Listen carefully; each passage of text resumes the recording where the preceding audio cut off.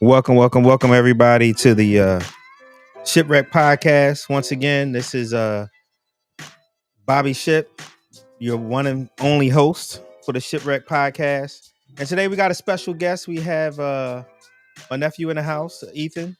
Um, he is a father, a Air Force veteran, as well as a outstanding black man. But we share different opinions. We share different opinions on politically. So today's pod, we're going to take some time out and have a conversation with him and discuss how he got there. Um, his phone is acting up a little bit right now, so he'll be on here in a second. Just got off, but I'm looking forward to having this conversation with him. I think it's going to be a great talk. I think it's going to be an outstanding conversation between two adults. So at first, this the pod is gonna go a little bit different this time. I want to have him on, do a little quick interview, just see what his thoughts are and everything, and then we'll go forward and have some guests. If you want to come on, you're more than welcome to. But the first few minutes, I want to just have me and him talk and discuss some things, and then we can just go from there and just get back on the couch and have our community talk like we do. Ethan, are you up? Hey, Ethan, can you hear me? All right. Often, Okay. All right, so I think you just missed the intro. So I introduced you just a second ago. You know, as a Air Force veteran, a loving father, a loving husband, um, in your 30s, and we just share different opinions on politically on some things. So why don't you introduce yourself to the audience and tell them your background? You know, like where you're from. You're not necessarily say where you do live at or anything right now, but just where you're from, and we'll go from there. okay. Um, so, like you said, I did do. I was in the Air Force for a bit. That's kind of what I did. I enjoyed it. Um, I'm from. Like you want to say, uh, I'm from Virginia, Georgia. Grew up in Georgia all my life, and yes, I'm a father, like you said, and we just have different political opinions, and I'm here to share my viewpoint and see where we go from here. All right. Appreciate that. Appreciate it. So let's go with the first question. Pretty simple one. Why Trump? You know, and when I ask you that question, it's why what specifically are his policies that you feel have impacted or will impact to me the black community or America as a whole, but specifically, you know, I'm wondering about the black community, but I want your opinion about everything as a whole. I don't pay too much attention to uh like the effects on black community and stuff like that. I try to stay away from the uh talking points like that because I don't like to look at America as black America, white America.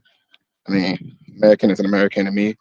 So I Hmm. don't really have too much opinions on the effects that he will or will not have. I just care about is he going to uh how is he going to affect America? Uh, when you ask for like certain policies of what he's done, are you asking like what he has done so far, or like what specifically are you asking? I guess it's both. Like because this is his second administration. He had 4 years off, obviously. So, what has he done in the past that you liked and wanted to continue? And I guess more importantly, what is he doing now, or what has he promised during the campaign that made you say, "Yeah, I want to vote or vote for Trump, or I support his views over Kamala's views or the Democratic Party as a whole." Um, well, I don't really want to focus on like I guess holding them both to because I really don't care for Kamala. I didn't like anything she was saying or how she was incapable of doing interviews and stuff like that. So I don't think it's really a comparison of the two, but some of the things that uh, he ran on is just uh, the whole confirming two identities or two sexes, male and female. I didn't like how the world was going to where everybody felt as though they couldn't say what everybody thought. There is no 72 different genders and shit like that. So Hmm. uh, I like that he was kind of firm on that stance. Uh, some more stances of like uh, him saying that the war in, between Russia and Ukraine and trying to end that.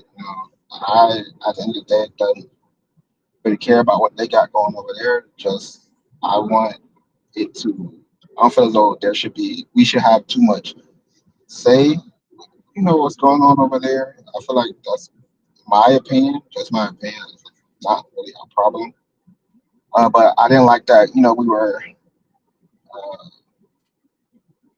It felt as though we were just giving them money, giving them resources with not too much in return.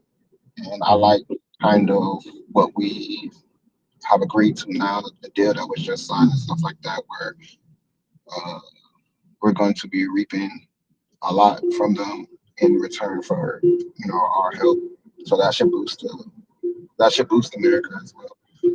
Um, Okay, so but before you go any further, I guess we need to go piece by piece here because you said a lot so far.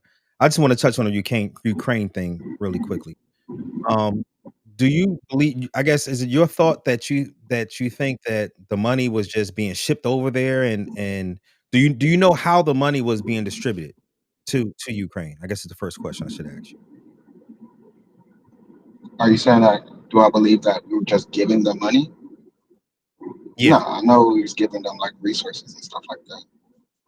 Yeah, exactly. So, first off, Trump lies and says that it's 350 billion when it was nowhere near that. It was 100. It's been 120, and Europe is actually giving more than Ukraine.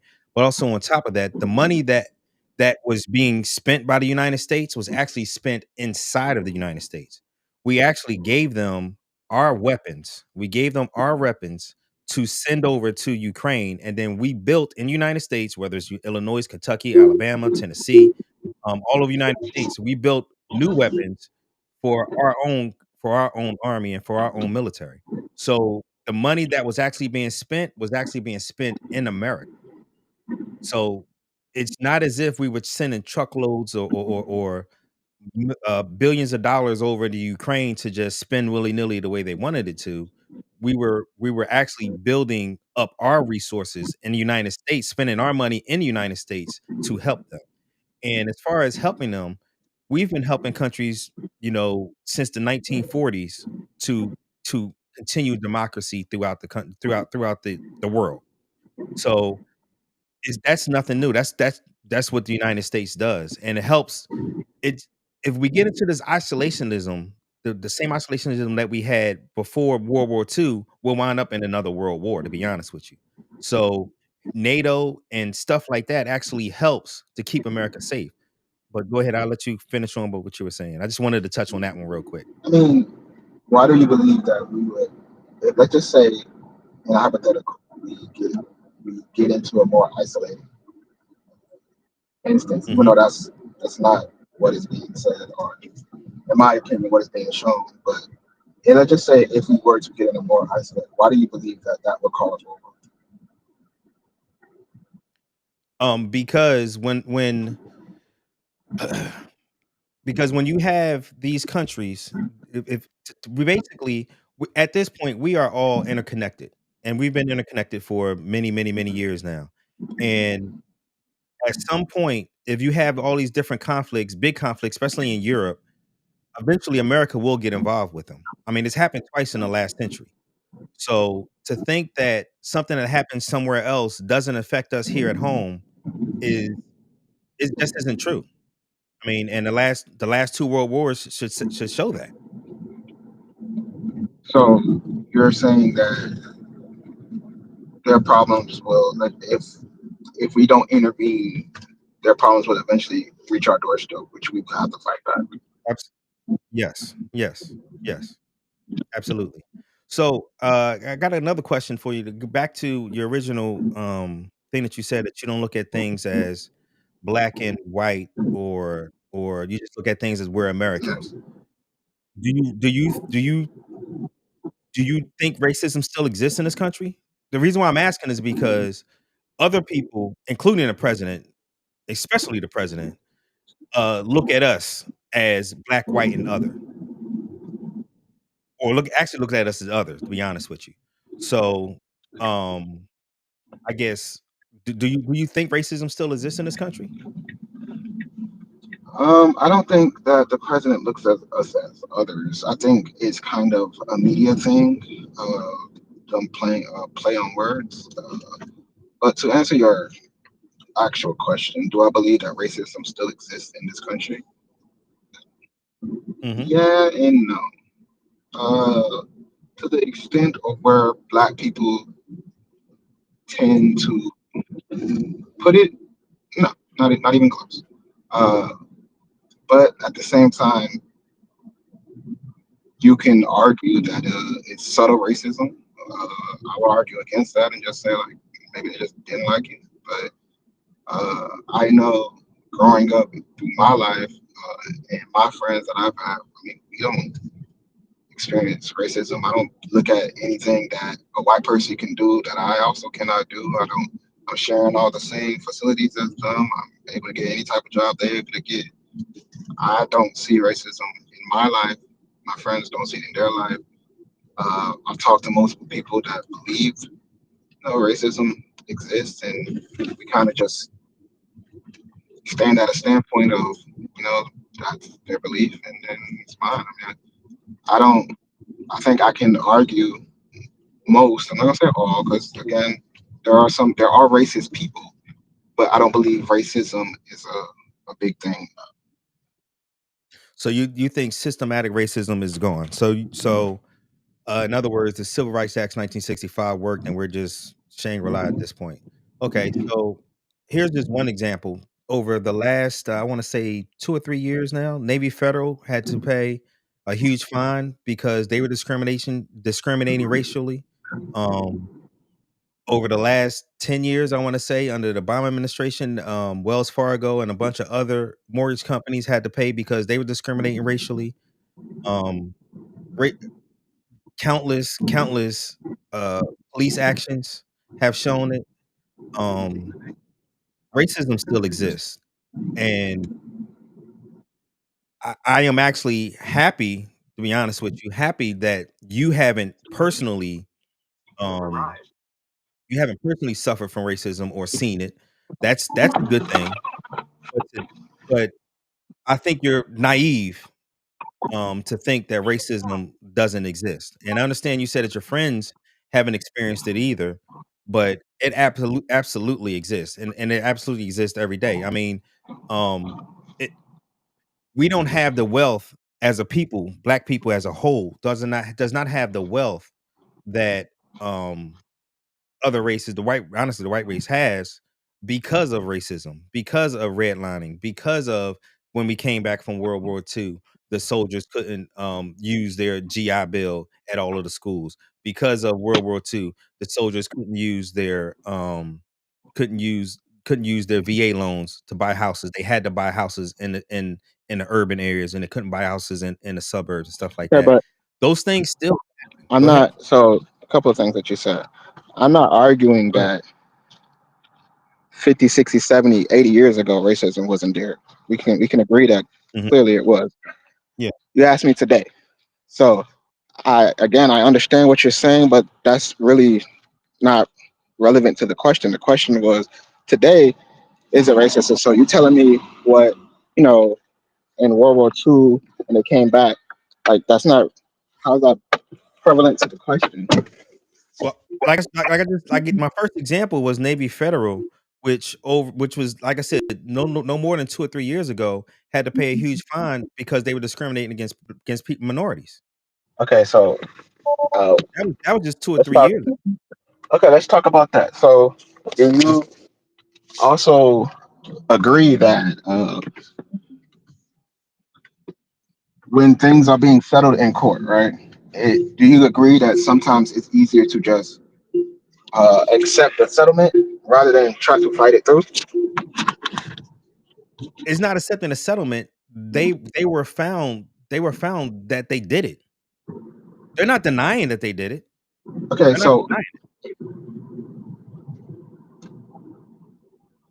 you're saying that I'm not trying to cut you, so I'm just trying to let you finish. So you're it. saying No, no, that no, go ahead. uh, when they are found like, hey, you are being racist or discriminatory towards black people or minority people, and you are required to pay this fee. How Mhm. can so my question to you is how can that be proven? Like how can you prove that? Let's say if I say, hey, Statistics. uh, Go ahead. let's okay, but statistics can be a play on both parts. You understand that, correct? Mhm. So you just said that us as black people tend to not have as much wealth or have as much uh, resources as any other races, specifically white race. Mhm. So obviously, it's going to be uh, a lower rate that we are accepted or whatnot. And let's just say that we're just using percentages of people that apply that fit the criteria of whatnot. Like it's just, in my opinion, there are a lot of things that go into it. And sure, if you want to say that, let's say everything is uh, put equally, and there's like, no, I'm just not going to accept you for, because you are a minority. Okay, so if one company does that, that means like that. That's It's still not to it's not me.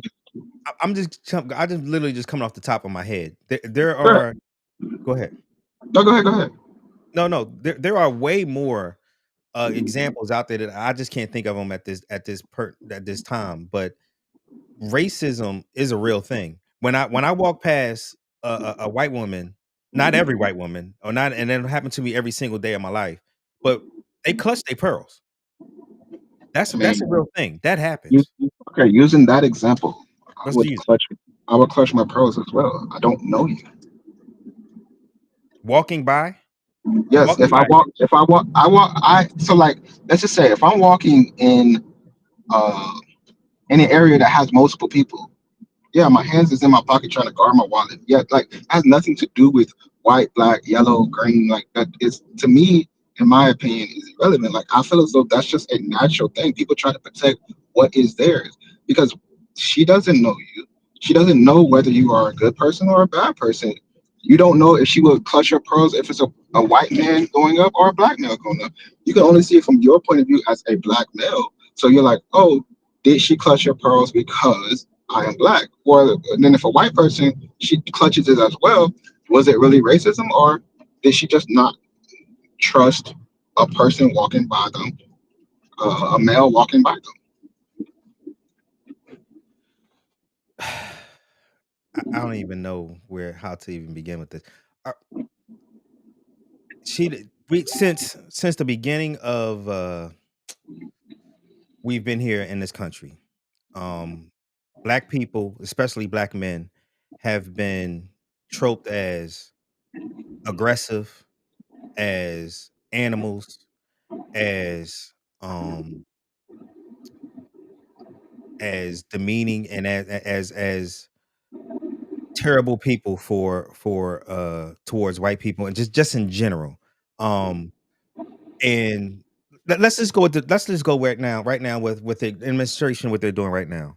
They've gotten rid of DI, and they've gotten rid of Black History Month, Women's Heritage Month, Indian Where, celebration.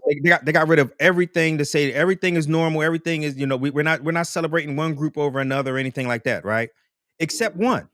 Except one. You know what the one thing that they kept where they're still celebrating? And it just happened. St. Patrick's Day. So they got rid of Black History Month, but kept St. Patrick's Day. so they have come out and said we are getting rid of Black History Month. Yeah, they have gotten rid of it. They did not celebrate Black History Month in the Pentagon or in the military.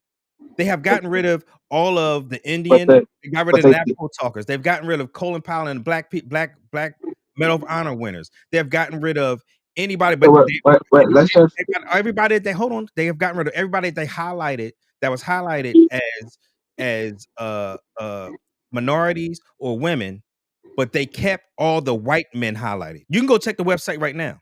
When you get off this call, check the website right now, and you will be able to see this. There's a lot of people that's wanting to get into this chat, and I'm gonna just have to let a few of them in if you're okay with that, Ethan. That's fine. All right. The first one I'm gonna let on right now is Holly. Can you hear me, Holly? Holly, can you hear? She may not be able to hear. I know Ronnie is there. Ronnie, I'm gonna go ahead and let you on, and Yes, go ahead. sir. Hey, what's going on? What's going on? What's going on? How y'all doing tonight? We're doing good. We're doing My good. apologies. I lost track of time. I was cooking dinner. So, just listening in on what we were talking about, you're right. I noticed the exact same thing yesterday with all the same, or not yesterday, but was it Monday? All the same Patty Day celebrations. But then I was thinking to myself, are those individual cities? You know what I'm saying? Like, did everybody do it? Did the government actually celebrate that at the White House? I don't know. I know they ain't done. I know they ain't done it in none of the Navy's places I know of. You know what I'm saying? But Mhm. outside of that, people are like doing, half marathons and green beer days and all kinds of stuff like that. So I think it's more individual, but the government just being stupid.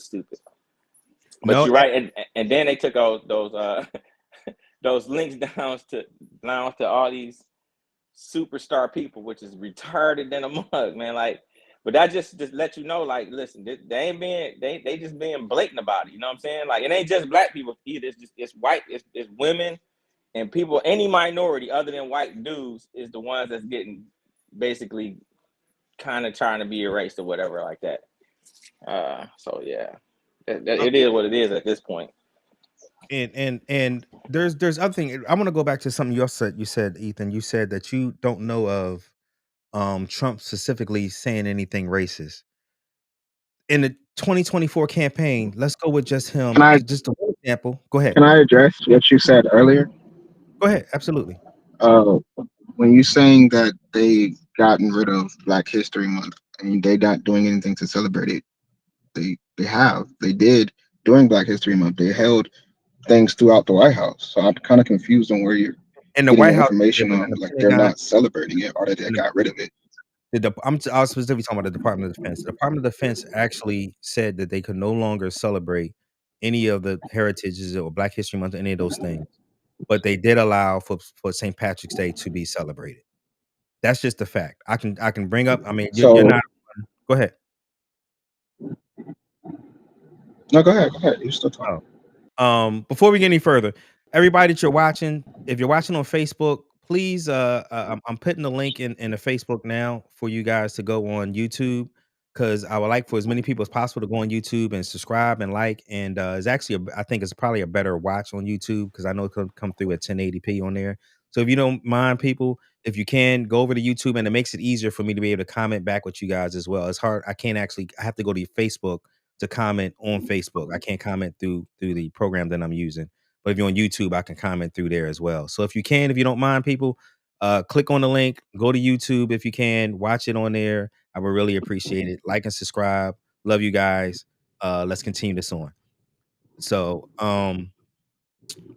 so back to what I was saying about the Trump individually.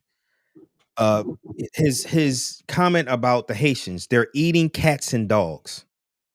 If that is a complete and utter racist trope towards the Haitians. It has been something that's been out there for years because because of their Creole, and also that they eat cats and dogs and all these things. They're eating cats, and that was a huge thing during the campaign. That was blatantly racist. Before, I'm not gonna lie, before he would do racist things that was kind of, we would know it was dog whistling. Now it's just flat out blatant.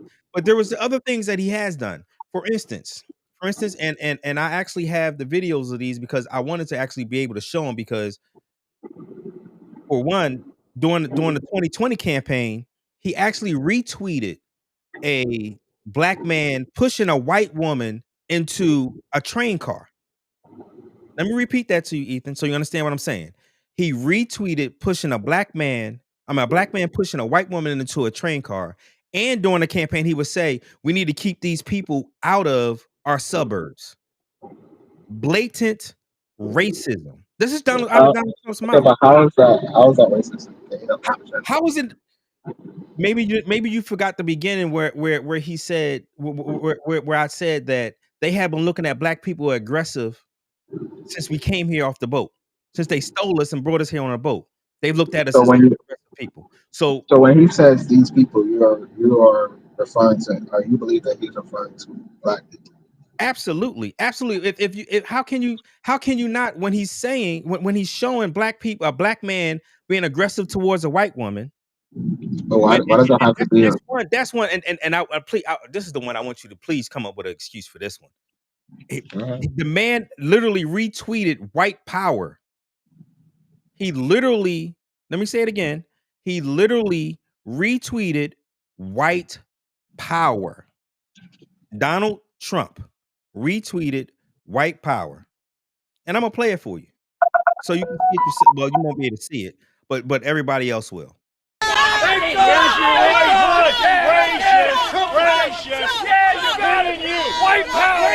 Yes, there you go, white power. Do you hear that? That was Donald Trump that retweeted that exact thing. That exact thing. He retweeted that. So to say that the man hasn't shown blatant racism is naive, and I'm being kind on that word, to be honest with you, at this point. Ethan? Wait, what's the question? We're just talking about racism right now.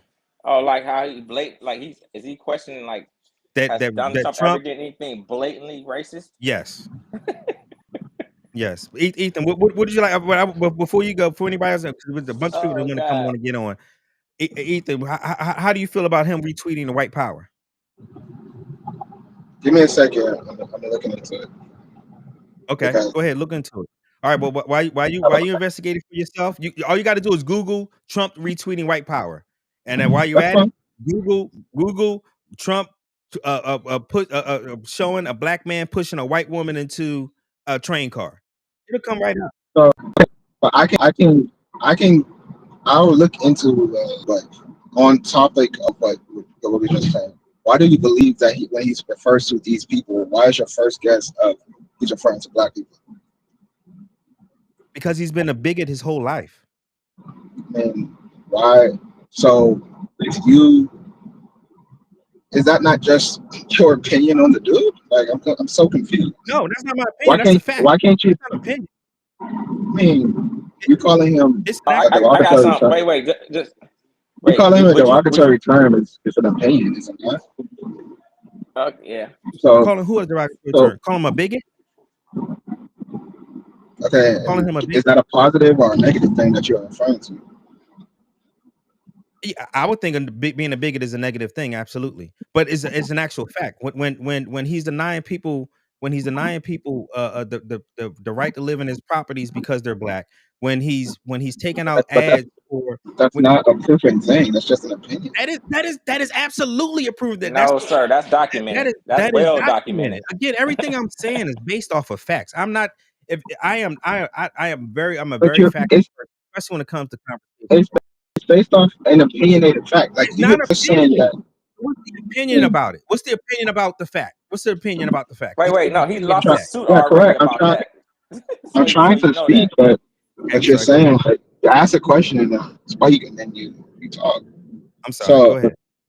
When the fact of me saying it's an opinionated fact, like you got your you got an opinion off of a video of him retweeting a black person pushing a white person and saying we got to get these people out of our neighborhoods. Why is it automatically he's talking about black people rather than he's talking about violent people? Brown? You said brown people? I said rather than him talking about violent people. Violent people? Okay. Why are you looking at the color of his skin and then screaming racism when he could be talking about violent people? So That's a huge stress to go from. He is retweeting white power. He Again, retweet. we're not talking about white power. We're talking Hold about on. this video because But see, I'm gonna attack that later. I gotta do a hold little on, bit of hold on, research on that. hold on. When you look at a person and their character and who they are as a person and how they feel about things and views and everything, and they tell you with their own words and with their own actions, you have to take everything into account. You can't just take the one situation of saying the words, we need to keep these people out of here, and just say we need to just stop it. That's all we need to look at. You have to look at the So are you entirety of who the okay? person is as a person. Go ahead. Okay, and are you refusing to look at that he's hired many black people in this regimen that he's been in? Are you refusing to look at that he hired many women in the time that he's been in? Are we going to exclude the positivity things that he has done for the black, for like hiring the black people inside of the White House and hiring many women inside of the White House? We're just going to exclude that and say, hey, this we're just going to only pay attention to the negativity things. Because when you want to say that he is saying everything as a whole, and we got to take it legit, everything as a whole, not just what you want to see. And when you are saying that, back to the video, like why is it you automatically look at his skin color and you believe that he's also automatically looking at his skin color? I believe that is why racism exists, is because of people looking at like, hey, this is why he did this. I mean, I have a response to that Yeah, if I hold on. could. We got a lot. Hold on. Give me a second, Vanessa. I got a couple other people that's in here. All right. First off, Ethan, you can look at him hiring people. You can look at him having dinner next or sitting next to somebody. You can look at him being in a car with somebody and say that that's positive or anything like that. But just because you associate or seen somebody or hire somebody, don't make you a bigot. Don't make you a racist. I mean, the comment in and of itself is so. I'm being generous when I say the word naive, and I'm coming from a place of love here. It's extremely naive. I'm gonna let somebody else talk for a second. Easy, what would are you here? Can you hear me, Easy? I can't hear. Holly, Can you hear me? yeah, I got you, Holly. Go ahead. Oh, finally. Yeah. I just want to know. I've been listening. I tuned in a little late, and maybe Ethan introduced himself. But can I ask you, Ethan, what part of the country you live in? What's your background a little bit? As because I'm curious as to how you have, not, and I'm assuming you're a person of color, have never experienced racism, even on the smallest level. So I'm just curious. I grew up in my early years growing up in Virginia and then moved to Georgia. Uh, I'm sorry. You said Virginia, like Hampton Roads? like Virginia Beach. Okay. Then I moved to Georgia and shit when I turned 12 or so. And then I grew up there and then I left for the military. I was all over the South. I left for the military probably around 20, 21, and now I'm in Texas. So it's kind of where I grew up, if that answered your question. Okay. Yeah, I was just because even on the smallest level, I mean, even in the military, it's not as blatant as we all can, say now, in the military and things of that nature. But I was just curious. I don't really have a response to what you guys are talking about right now because it's mind blowing to me some of the things that you're saying, and you're entitled to how you feel about the current administration and everything, but to actually believe that there is no form of racism in 2025. You can watch the news. I mean, you look at um some of the killings by policemen. I mean, it's crazy. You look at George Foreman. You look at Just what's the for it, just lady for it, from? just for it. I'm sorry, George Floyd. I Mhm. said I'm thinking boxing. I have George my Floyd. opinion. I Look disagree at with a lot let of. let me just look at what's the lady that got shot in Kentucky, Sandra Uh, Bland. yeah. Look at these things, and then you look at issues where these same circumstances may have happened with someone that is not of color, and they are. There was a video that came out, and this man had beaten up the police, jumped out the car, and ran, and they tracked him down, set him by the by the roadside waiting for whatever to come, the ambulance, giving him water. And he was a white man, but somebody had a knee on George Floyd's neck and killed him. There's no other reason Not what killed behind some of the things that you see other than the fact that there's just inherently just hate for people of color. Hey, I'm can I say sorry, something go real quick, ahead. Holly? Before you go, Ronnie, I want Yeah, Ethan to be able to answer for yeah. and interact with Holly first. Go ahead, Thank you. Ethan. I mean, you just said a lot of misinformation, but I mean, everybody's entitled to their own opinion. I don't. Can I have a very but I different. have to stop. I just have to stop you one second before you go any further, because if you want to say there's misinformation, you please explain exactly what is the misinformation, please. Misinformation. Yes. If you again, I don't have the information right in front of me. I can, if you give me 5 minutes, I'll be in the Oh, house yeah, and I'll be yeah. able to No. look it up. Okay. Uh, Absolutely. I'll be Absolutely. And we can continue talking. Okay. So we're gonna table the misinformation. So go yeah. ahead and finish. So everybody's entitled to their own opinion. I have a very different opinion on a lot of these big, quote unquote, big cases that's coming out with police brutality. Now, I do agree that police do need to be retrained. I think that it can be handled in a lot better circumstances. But the way that I look at it is like everybody I have this conversation with, I run them through the same scenario. I say you are a police officer, right, and you are walking up to a vehicle, and you You're breaking up, are Ethan. I You're breaking up. Say it again. You have no idea know what you're breaking up, Ethan. Say it again. Hello, Ethan. Yeah, can you you're hear me? breaking up some. I think you're going through a bad spot. Give me 1 second. I'll be in the house in 2 minutes. Okay. All right. So Biggest trying to come in. while we're waiting on you to get back, Vanessa, I want to give you a chance to talk. Go ahead, Vanessa. Well, I was just going to respond to, I think you said Ethan. Yes. I think the idea of what you were saying is, it's a really nice idea, that you should be able to consider situations, individually, or people individually, and look at motivation, beyond something racial in particular situations. That's a great idea. It's how things should be. But we're talking about a very specific person with about a very specific track record.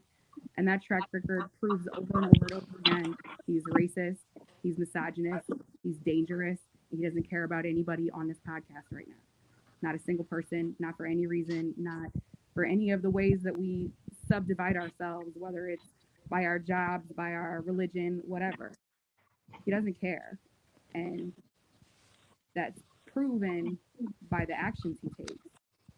And when those actions affect a specific group of people disproportionately, and he doesn't care about the fact that it's disproportionately affecting somebody negatively, being Hello. able to disregard that is racism. It may not be malicious, I think it is, but just the privilege, the ability to go, I don't care because it doesn't affect me, it makes him part of the bigger institutional problem. And to disregard that because he might have good intentions or he might not have evil intentions, which I completely disagree with. I think he is evil. But to grant him that kind of grace or leeway or, benefit of the doubt, that was 10 years ago. We gave him the benefit of the doubt. In the last 10 years that he's been in the public the way he's proven over and over and over again. And my quickest example of that is President Obama's birth certificate. Mm-hmm. It mattered a whole bunch that he might have been from Africa. And now he's standing next to Elon Musk, who is absolutely from Africa. And we got two different conversations going on about those Mm-hmm. things. I mean, another example of that would be the simple fact that he's trying to get all of the brown people out of this country, immigrants out of this country, but then he wants to prioritize bringing white South Africans to America. That's just another example. Ronnie, I know I had stopped you earlier from speaking. Go ahead, bro. Oh, these are all great examples. You're right. Like Ethan, you're right. Everyone has their own opinion or perspective. But I got just a question for you. I mean, how old are you, Ethan? If you don't mind me asking. We may have to talk for a minute until he gets to the house. I know he was Oh, on his way to the house, so he may be in and out. about how old is he? I believe Ethan is 34. Okay, so that Yeah. kind of makes sense. So for me, is a question I would always ask people like, would you ever trade places? Do you think a person would trade places with a black person from another any other ethnicity? That's the question that you would ask yourself. Then you would have to ask yourself why that is. Does that make sense? Because we don't get treated the same way as everyone else gets treated. Everybody, I'm not saying that everybody didn't have their own time of frame getting their ass kicked and whooped or whatever, but it's been a much longer trail and a much longer, more blatant way to doing it right now, right? And something that you got to always think is not what a person says doesn't mean much. Yeah, What he did. Holly He's a said, sheltered kid. hold on. What Holly said earlier Hold was on. exactly kind of what she said. It was like, no, don't worry about what they say. Watch what they do. All he got to do is go Google information that what he's done. He's actually done. Now, I don't care what he says. Go look at the things that are being done. Is blatant racism. That's like the most blatant thing ever. And then you take away this right about the contractors don't have to have separate, things for different people, whatever, different, white or black or whatever you want to call it. But the state still got their own. It's still illegal to do, right? But people's like, oh, well, the states Don't it's tell me still what illegal for was the that? states to do. Hold on. You guys follow me on this? Listening to him. Yeah. Go ahead. I'm listening. I'm sorry. Okay, so the state is still illegal.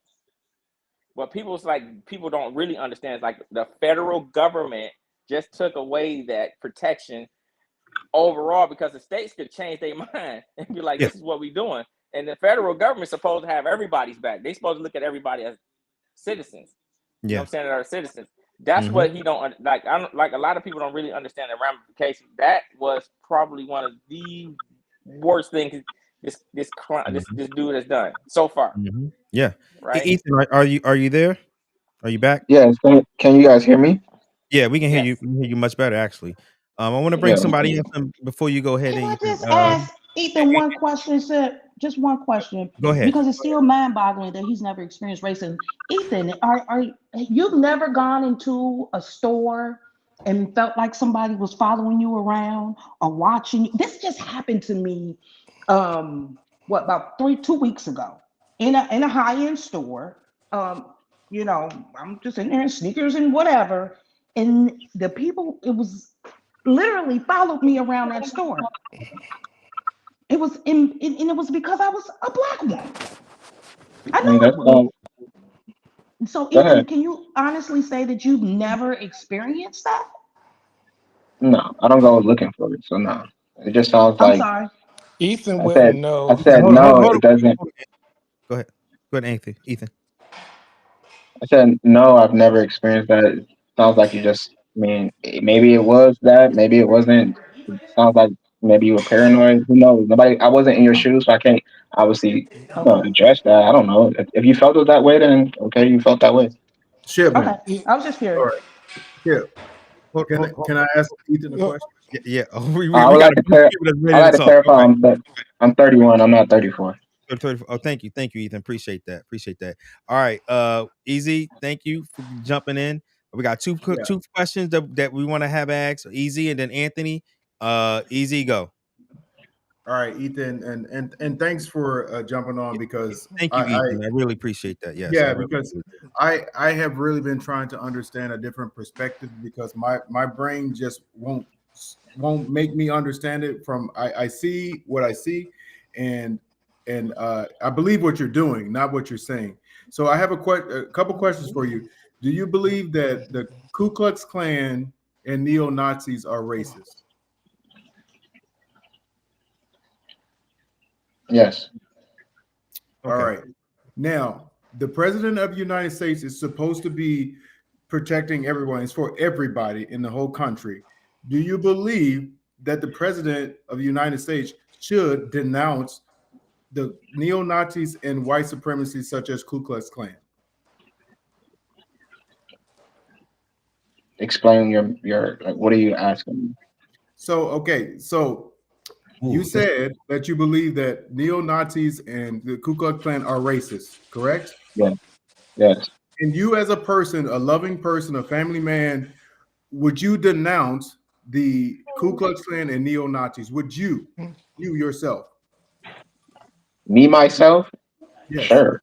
I mean, Okay. I wouldn't really care, but yeah, if I was in a position of talking, I guess, yeah. But I Right, mean, but you wouldn't as a promote them. You would not promote them or give them a platform or anything like that. You understand what they are about, correct? sure, All right. So what my question is to you is, our president will not do that. And you're a regular family man. I'm a regular family man, and I will denounce that. And I protect my family. This person is supposed to protect the whole country from these type of things. So why would he not do that? So why should that he have to? he shouldn't have to. Why should he have to? I didn't say I'm not leaning either way. I'm just asking why should he have to? Why does it matter? So let's back it up a little bit more. I know you say you haven't experienced racism, but in theory, what racism is, do you believe is right or wrong?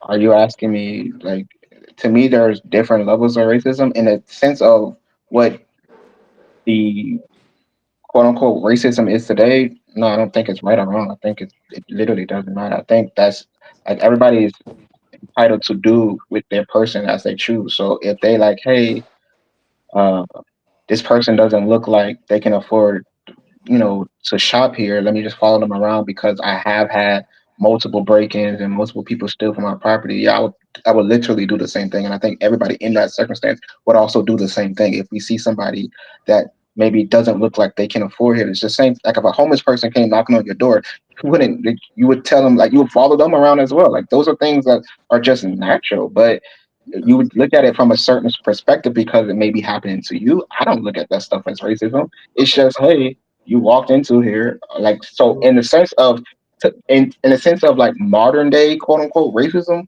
No, I don't think it's bad or wrong. I think people are just entitled to do what they want. Okay. And if you talked about slavery and stuff, clearly that is wrong.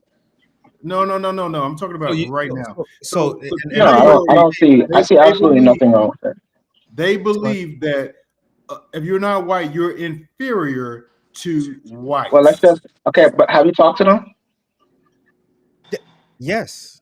I mean, you don't So have to talk No, to me. I No, so haven't they have don't talked. want to talk to me. okay. So They seeing don't as want to though shake my hand. They don't want to be around me. So I don't need to talk to them. They tell me that I don't want to okay, be so around you. okay, so going out, I don't want to shake nobody's hand. I don't want to be around people. I don't like people. So does that make me racist?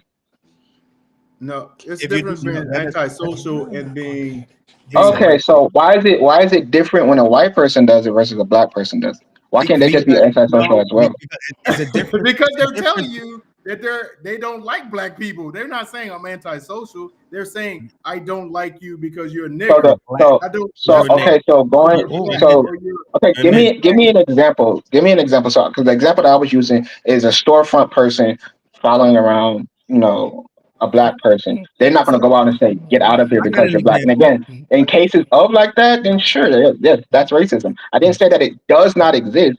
I believe that some people are racism, but it as a whole is a no.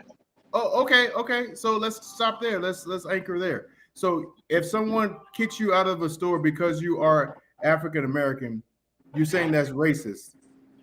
And Yes, is that right or if wrong? their Is that sole right or reason wrong? is because of if their sole reason is because of the color of my skin, yes, that fits the definition of racism.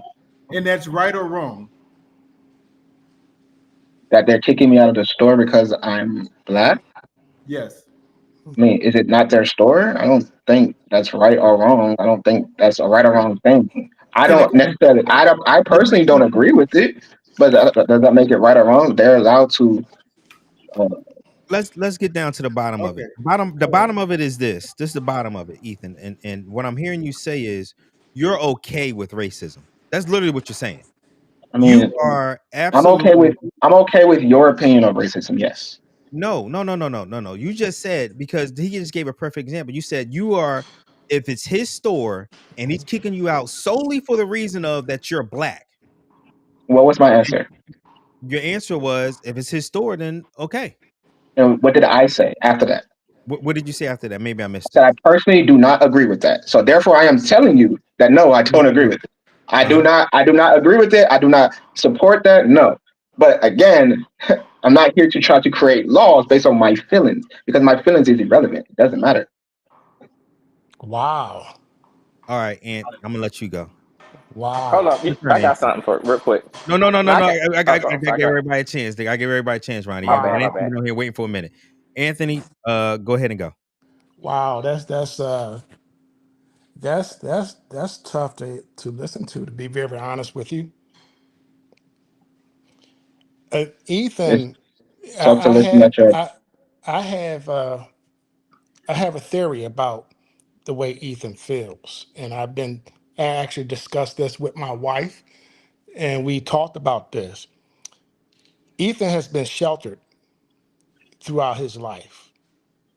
And he's been sheltered in a way that we all do it with our kids when we're raising our kids. We don't want our kids to go through or experience the things that we have went through, right?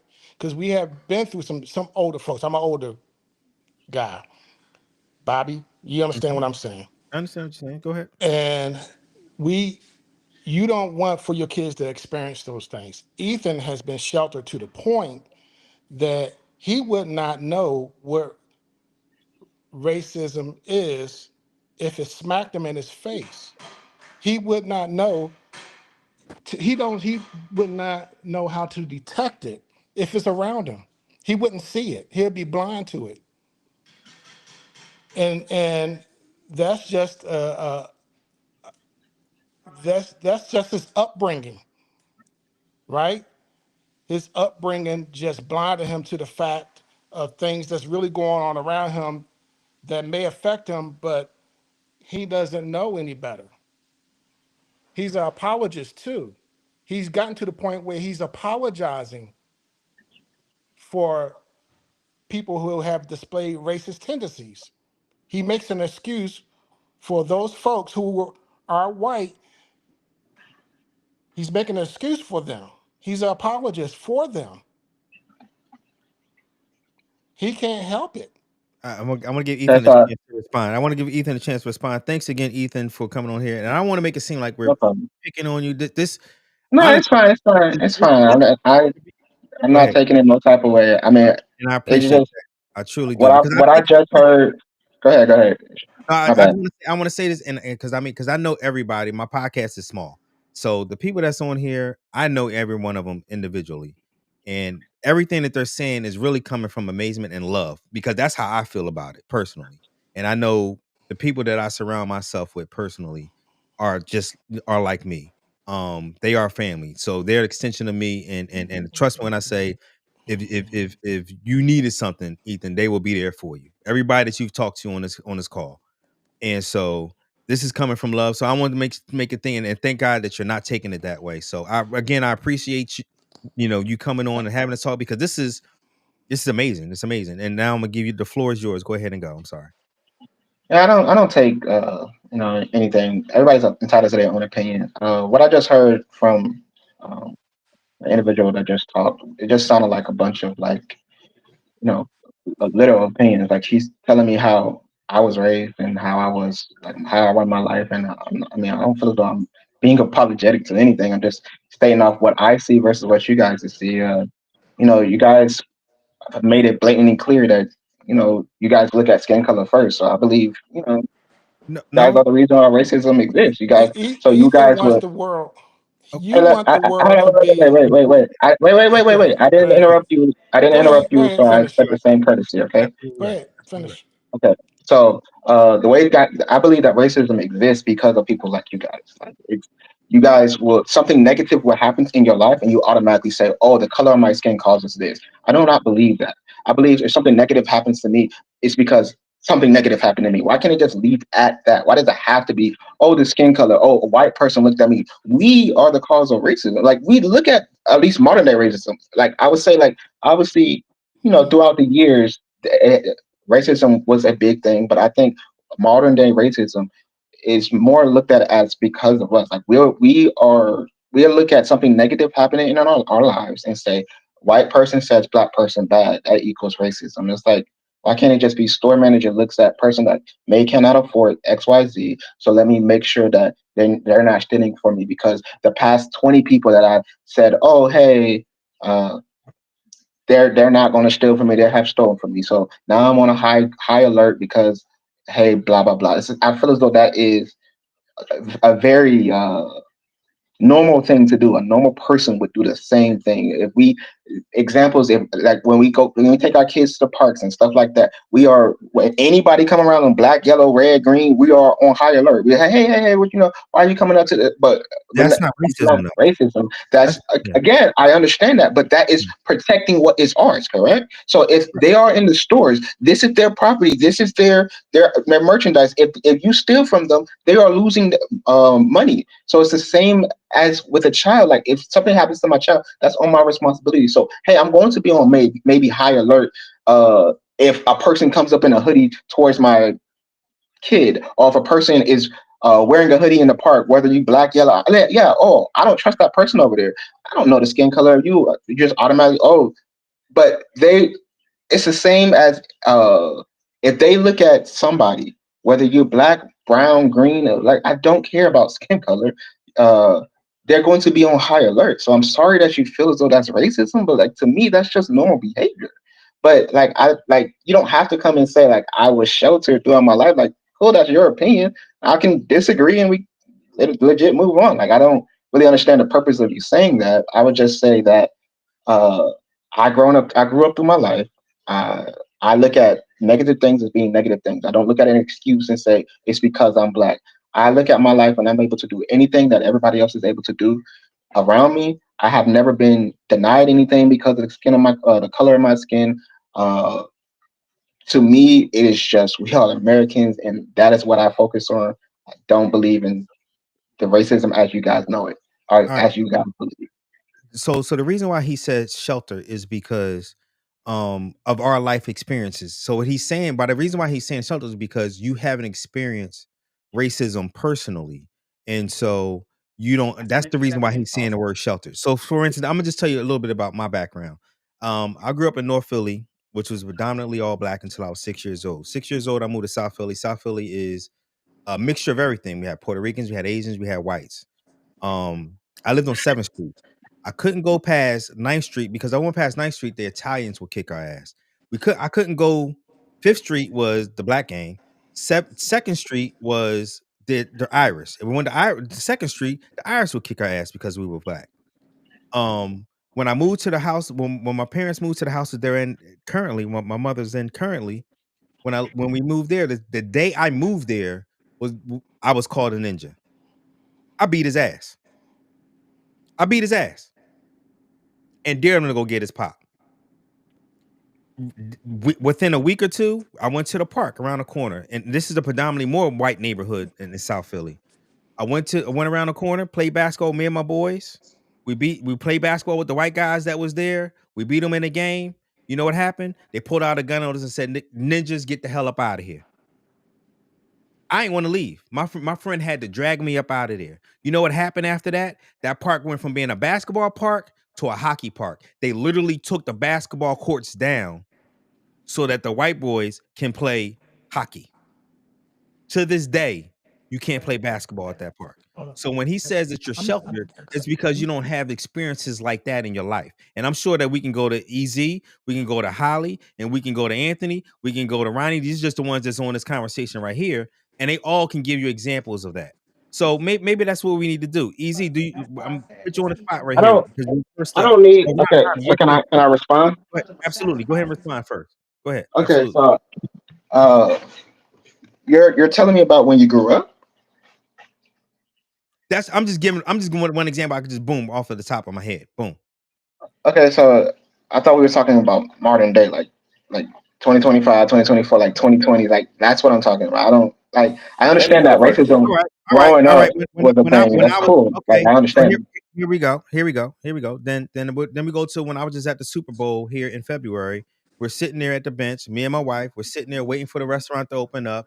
White woman walks by, and you know what she did? She clutched her pearls. And I know what you're going to say. You're going to give her the benefit of the doubt that, oh, she clutched her pearls because it's just two people that she don't know, and yada yada yada yada yada yada.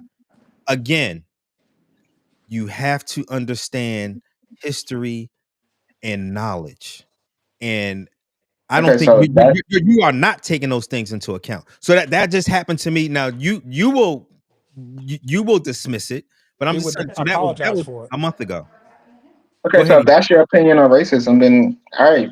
I mean, that's just your opinion. Like I don't agree with that. So I mean, that's not really something that can be argued. And you feel as though she clutched her pearls because you black. Okay. Holly gave you an example of her being walked, not chased, but being followed in the Yeah, store correct. within the last week. And I again, refer to that as well. But I mean, if she feels as though she was followed around the store because she was black, then cool. I mean, I guess we'll never know because unless you go out and ask them, "Hey, did you follow me because I was black?" Like I think they would just laugh and be like, "Ridiculous." But to each their own. I don't believe none of that was racism. But if that's what you believe, then I'm not. I can't really argue an opinion. You feel as though it's racism, so therefore it's racism. Opinions can't be argued. I'm gonna say this, and I'm gonna give the floor to the rest of the couch. I feel like you live in a life of utopia. Like you look at it, everything is Shangri-La when that is just not reality. And I think like I seen a comment earlier that said uh just because you haven't been sexually assaulted don't mean that sexual assault doesn't exist. It still exists. It's still here. You may not have personally dealt with it, but it's still here. And I I'm gonna let would you comment. attack it the same way. Say again. I said I would attack it the same way. How were you sexually assaulted? Because a lot of the sex essay uh, claims have been proven to be literally like false, laughably false. So again, I look at that the same way. I attack everything the same way. You feel as though you was essay. Why? Why do you feel as though? Well, he grazed my ass. Okay, like okay. So or let's just say he grazed my ass. Cool. We can put that down as sexual harassment. I wouldn't say that's sexual assault, but cool. And then you say, "Oh, he gave me like." So I've heard 100% some people's sexual assault. stories.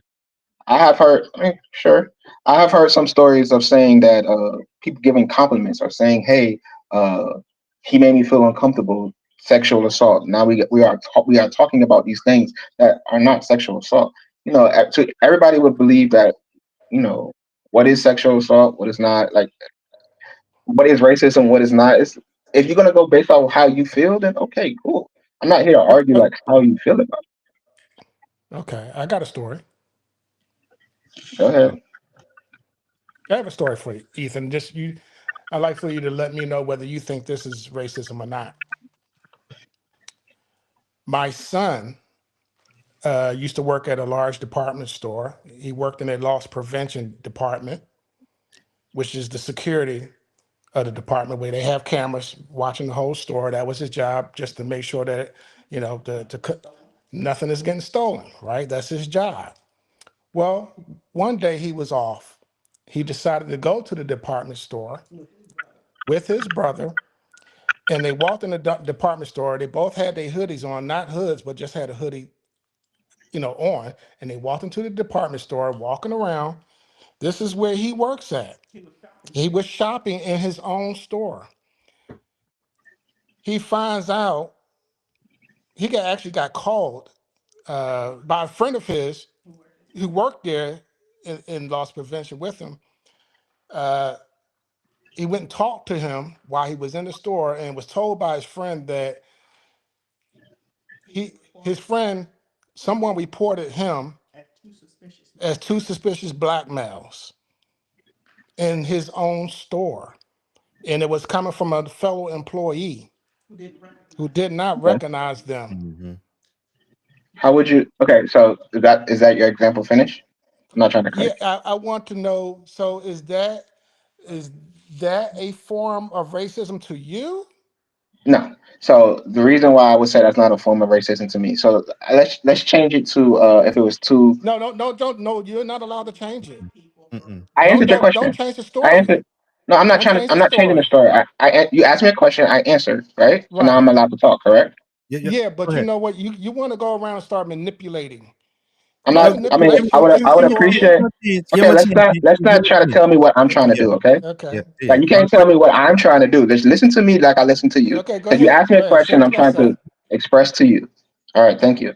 So, let's say that it is two white kids that look suspicious.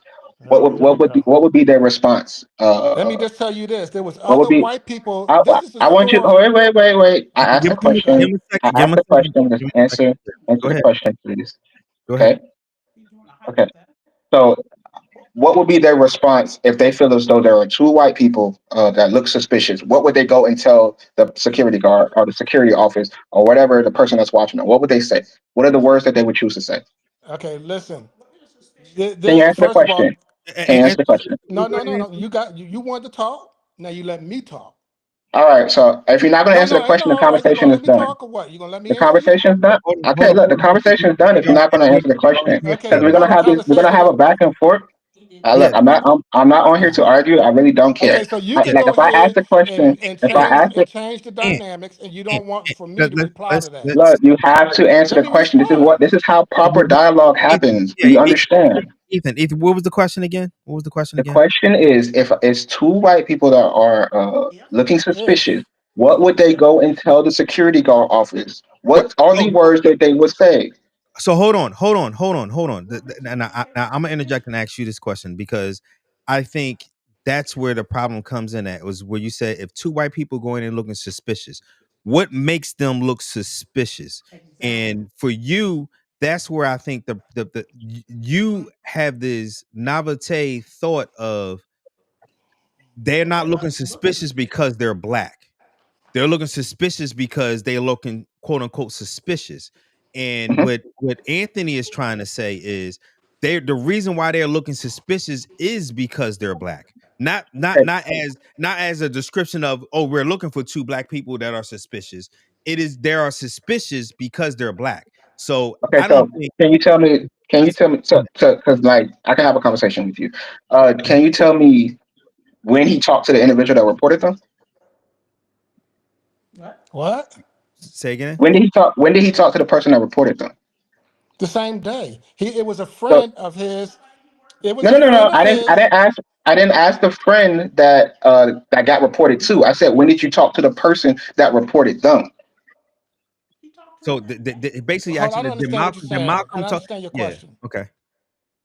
And I You understand understand? your question.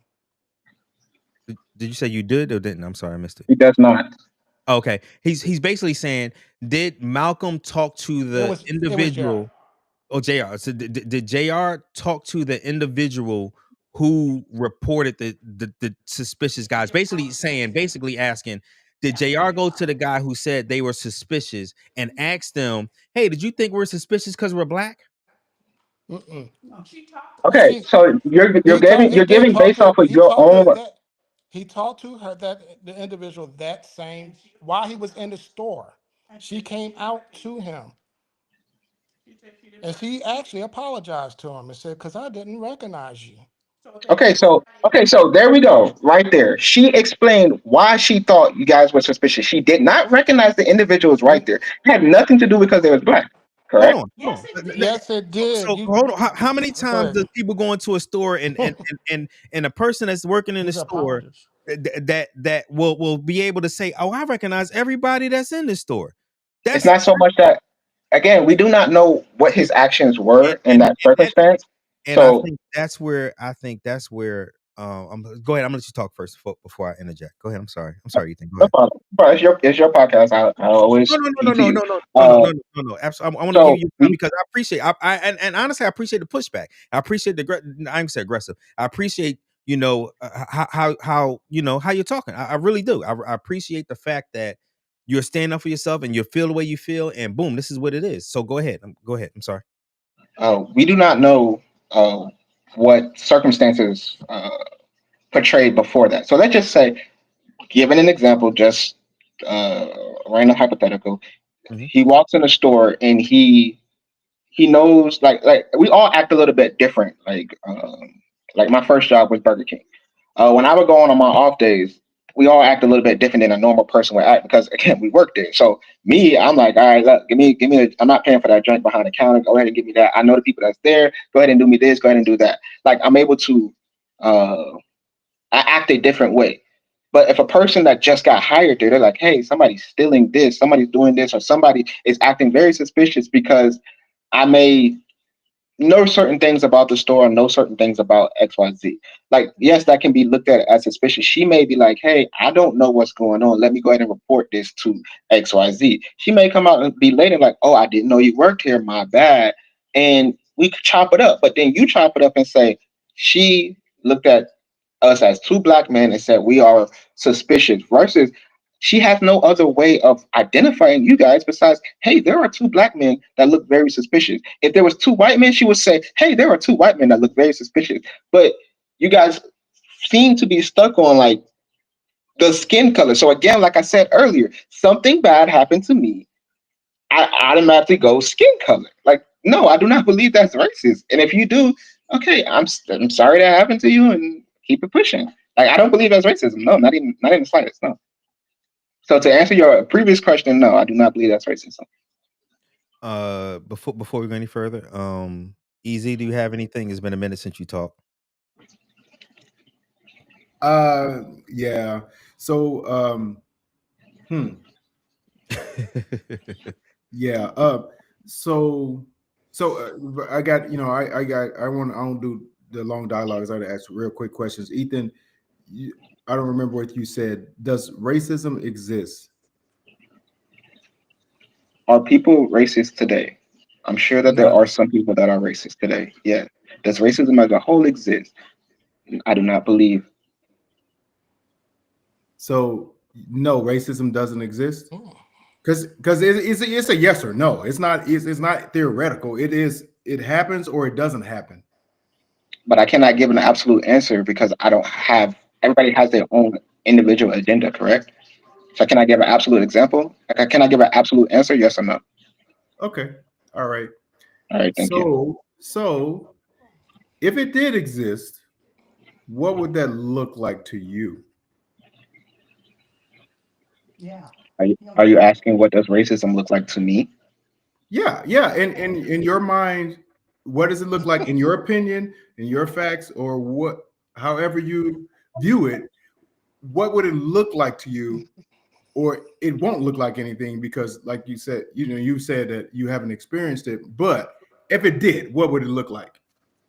So, given the examples earlier, let's just say that he went to talk to the individual, and he says, why did you believe that we were suspicious? And she said, oh, it's because you're black, and all you black people are suspicious.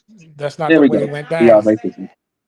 That's not the way it went down. No, he's Well, saying that's what. clearly, that's not the way that it went down. We understand that. He asked me a question, which I answered.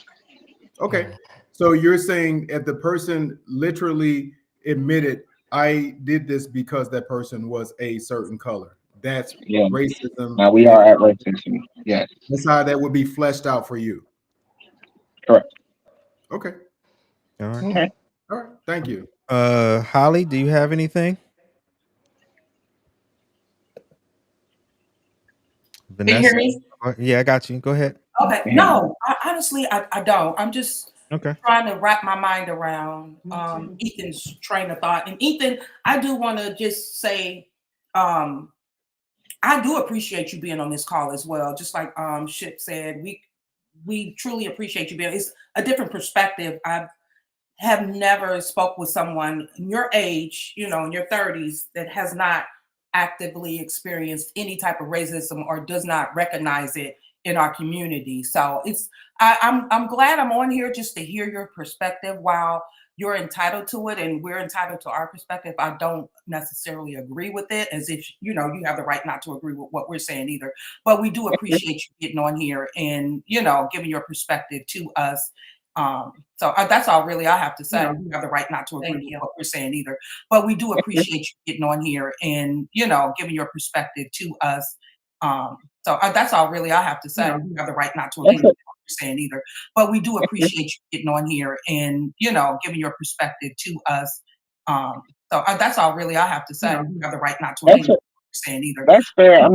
I never joined a call with the intent to change how you guys feel. Like obviously, that's fair. I never joined a call with the intent to change how you guys feel. Like I got some obviously, feedback from that's someone. fair. Yeah, it's feedback. Can you hear me? Change how you guys feel. Like I got some obviously, feedback from that's someone. fair. Yeah, it's feedback. Can you hear me? Change how you guys feel. I'm not sure who that's coming from. I got some Obviously, feedback from that's someone. fair. Yeah, it's feedback. Can you hear me? Change Can you guys hear me? coming from? Yes, we can hear you. Yeah, it's feedback. Can you hear me? Change Can you trying to guys figure hear out me? where Where it's coming from? Yes, we can hear you. yeah, it's feedback. Can you hear me? Change He keep repeating himself. Yeah. Can you guys hear me now? Yeah. All right. Yeah, I got you. Yeah. I don't know what happened there. Let me put everybody back in. It was it's an echo Yeah, it was an feedback. echo. Real bad. Mhm. A real bad one. All right. We have somebody else in here I want to introduce. This is Ruben. I think I don't know how much you've been listening or watching or anything. Is anything you would like to interject and say so far that you've been listening to? Shipment. Before we get to No, Ruben, actually, man, hold on. I know you've been trying to get me, man. I was actually out here grilling with the peoples, was doing some yard work. I actually had to lay out my house, doing my property line and everything, measuring that all out. So I was and grilling at the same time. So I'm just now catching everything. My mother tapped me. I missed her call too, so she tapped me and said, "Hey, come in, check it out." Yeah. For a second. So yeah, I'm just coming in. I see y'all been rocking for a little Yeah, bit. we have. Easy, go ahead. You got something? Yeah, what's up, Ruben? I want to address what Ethan said before he was on the loop, and I Yeah. want to say something. He said he never joins a call to try to change people's mind. I joined this call specifically to have my mind changed, to learn something new, to make me be a different person, to be more understanding of the other side, which unfortunately I haven't heard it yet, but I'm always open to that. And I think we're all open. And that's why Shipman was saying, thank you for being here and expressing your viewpoints, because again, if we're in an echo chamber and we're only hearing from people who are like-minded, we're never going to grow. So Ethan, again, don't come into the conversation thinking that you can't change us. Please be passionate you have been about what your opinions are, but also be open to listening to what we're saying. And again, you're on the younger side. I'll give you a quick story about my daughters. My daughter, now let me turn my camera on so y'all can see what my face looks like. So this is what I look like. My daughters are my skin color. All right. So when they were younger, we were in the movie theater, and they grew up around military. And it was like a multicultural. And again, I say they were sheltered. We were in the movie theater. I think we were watching a Tyler Perry movie or something. And the kids were saying, we were in Pensacola, and the girl said, "Man, there's a lot of black people in here." And I'm looking at them like, "Man, just y'all black," So that's the type of mindset sometimes kids get when they're in a multicultural environment where they become colorblind. But they get a rude awakening when they experience that hey, you're not multicultural, you're black, or you're a certain color, right? So I just want to share that I get where Ethan's coming from, because my kids can be the same way. They were like that. But again, we live in the real world where you get a rude awakening, and sometimes it ain't so fun. So again, Ethan, keep your mind open to hearing us, and I'm gonna keep my mind open to hearing you. All right. Yes, that's fine. Can you hear me, Ship? Yeah, you hear actually you sound excellent. Yeah, I switched to my computer. Okay, yeah, you sound excellent. I want to bring in we have Can I yeah, say go ahead. something for 30 Absolutely. seconds? Go ahead before I bring somebody new. When I was referring to me coming into the call and not trying to change your mind, like I don't go into anything because at the end of the day we are arguing opinions, like how you feel about your life versus how I feel about my life. So when I said that I'm not trying to change anybody's opinion, I didn't come in here to try to change anybody's opinion. Just give my point of view, just like you guys give you guys this point of view. And I appreciate talking to you guys. And I know everybody that I've been around, everybody, my friend groups and stuff, we all think the same way. It's kind of how we think. I don't necessarily believe that racism as a whole is a thing. And I understand that, we're not going to have people come out and say, hey, because you're black, XYZ. Like, again, that's not what I'm asking. I'm just giving an example of, what he asked. He said, how does racism look to me? Like, again, it's going to take something extreme for me to believe in something extreme. Like, to me, racism is an extreme thing today in today's society. We're not going to just we're not just going to say, because everything that you guys every example that you guys have said can be explained away. And if it can be explained away, like at that point, you're just basically giving your opinion on the data that you collected. Hey, I believe this happened because of this. All right, well, somebody else that's not in your shoes believes something happened because of something other reason. Like, so again, I'm not here to try to argue that opinion. That's just, everybody's entitled to their opinion. If you believe it's racism, then kudos to you. Ethan, a person can explain away a murder. I mean, I can explain it. Which is why I killed him because of this. I mean, it just had to happen, and that don't. Which is why we have court system. Yeah, exactly. So, and I believe again, that's the reason why we have court system. So if you're able to explain away the murder, if you come out and say, hey, this XYZ, whatever the case may be, then okay. Like, I don't really understand, why you brought that up. Like, again, I understand that can be explained away. Which, again, if you're gonna argue opinions, then okay. But I want to go back to it because I remember earlier we put a buttonhole on. You were talking about that somebody had an opinionated fact, and you said when you get home you get a chance to to do that. So if you can't find that information for a second, because I want to give Ruben a chance to talk, and then I'm gonna give Ronnie a chance to talk. Ruben, go ahead, brother. Well, I was just listening, trying to catch on exactly what y'all talking about. Like I said, I just came in. Just trying to catch on to what everybody's talking about, how everybody's coming at. I'm not really familiar with what's going on. Okay. Too much. I'm still trying to catch up a little bit. Okay, so honestly, the pod today has been about why Ethan has supported Trump or wanted Trump to win. And honestly, me and you have gotten to the situation, gotten to these talks because you were there as well, right? But we got into the subject of racism, and to be honest, for the last hour and a half, because Ethan's opinion on racism is very different from everyone else's opinion on racism. And so maybe we need to address, before I ask you the question, I'm gonna let Ronnie talk, then I'm gonna come back to you and ask you a question there, Rue. Give me 1 second. Ronnie, go ahead and talk, and then I'm gonna go to Ruben for a question. All right, what's going on? Hey, I just listen, this is a great conversation. I love it. And all perspectives are their perspectives. Everybody, like you said, we all grew up in different areas, and we all got different backgrounds and all that. Oh, first off, what's up, Ruben? But the whole thing for me, how you feeling? The whole thing for me is for Ethan, just real quick. Just work with me on this, because it's gonna make sense to you. Would you hang around with murderers? Are you asking me a question? Yeah. Yes, sir. Would you hang around with murderers? Okay. Would you hang around with gang members if you were not a gang member? Okay. Would you hang around with thieves? Repeat. Would you hang around with thieves? Would you have them in your orbit, anywhere near you? I don't understand what you. Would you have thieves in your circle that you hang out with on a daily basis to help you make decisions about anything? Thieves, like people that steal. Oh, thieves. Okay, it's hard. The accent. It's hard to understand. Yes, sorry. It's fine. No. Why would you not have those type of people around you? Because I care about my personal protection.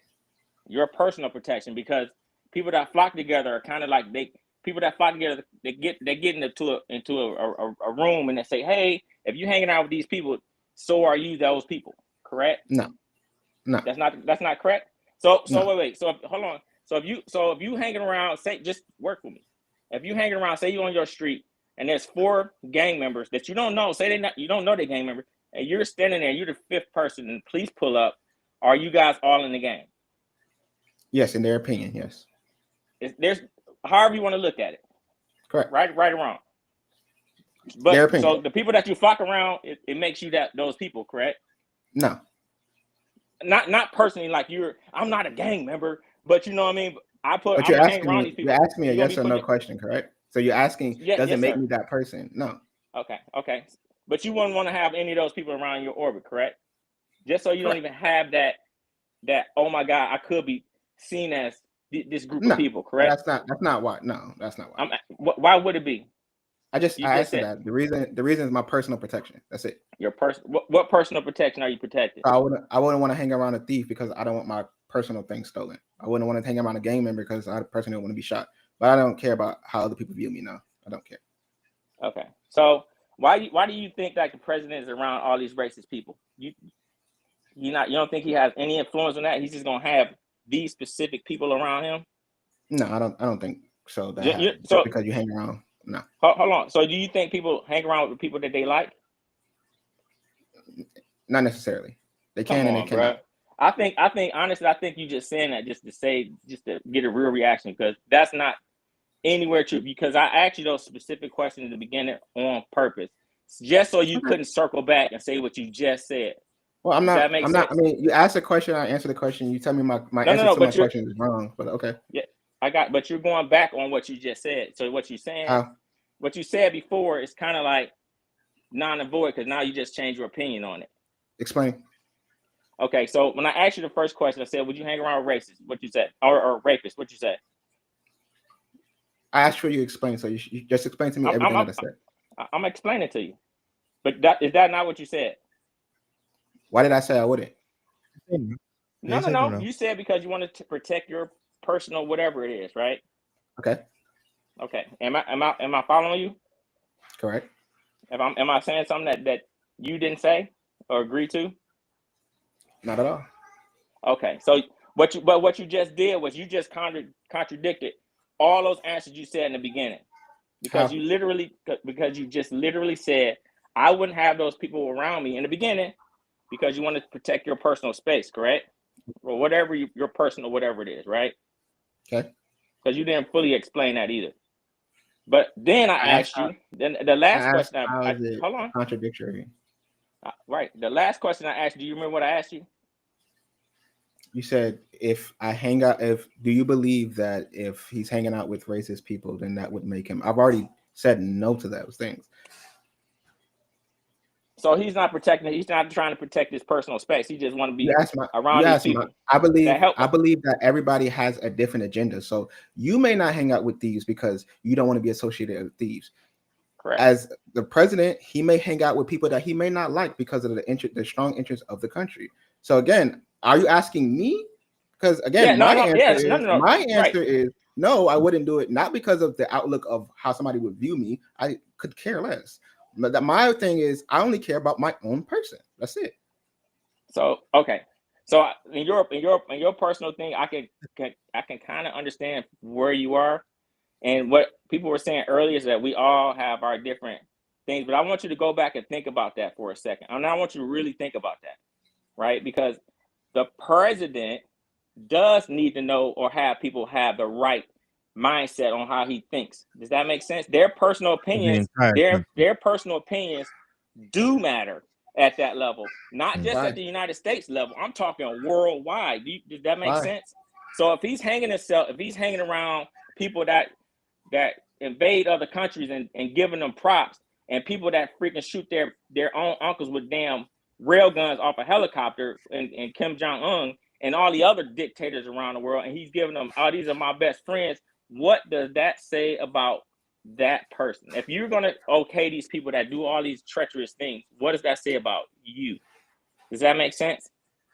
So again, that's the kind of thing. Don't worry about what people say. You got to watch what he's doing. And I want you to really think about, I want you to sit back and I really pay attention to what he's doing and really, really understand how it's really going to affect. Because you guys are the future, man. We kind of at the tip of our top, man. We kind of heading down. You guys are climbing up that hill, man. You guys got to stand in line, not us. Does that make sense? So I don't want you to get. Okay. So what's the question? What is the question that you're asking? I Have you? actually He already, wanted to ask the question. He already I, answered that. I He just, I think he was yeah, more I just want you to just understand some stuff, wanting you to look out right? for Because everything. and a Yeah. lot of us, we kind of not gonna kind of understand your thinking either, because we're not 31 years old either. We didn't grow up where you grew up, and I can kind of see where your thought process is, because you're right. A lot of people, even if I look at my kids are sheltered. They didn't grow up like me. You know what I'm saying? They ain't had to walk around with guns at 10, 11 years old. They don't know none of those lies, right? So I get where Okay. your perspective is. So you're not wrong in anything that you're thinking. I'm telling you that right now. What I want you to think about is, what are these older people and on this line really trying to tell you, so you can understand it and really understand those things that we're trying to tell you. Like, hey, we've been down this road before. We know what this road looks like. You don't. You've never walked down that road. You're still at the So what? beginning of it. Does that Okay, make so sense? what you're I'm gonna let them talk. We're No, gonna no, move that's it. on a little I'm done. bit. I'm Go done. ahead. what you Okay. just said, Go ahead, like Ethan. what you're telling me is, because something happened in the past and this is the way that you grew up, it must Mhm. be that way in the future. We just cannot move past that. Like, why would I care? Like, not saying not nothing personally to you. I'm not saying anything like that. I'm just saying, Yeah. Okay. like, why does the past, No, like what you went through in the past, like, hey, I grew up like this, like, kudos, yay, all right, like, what's happening now?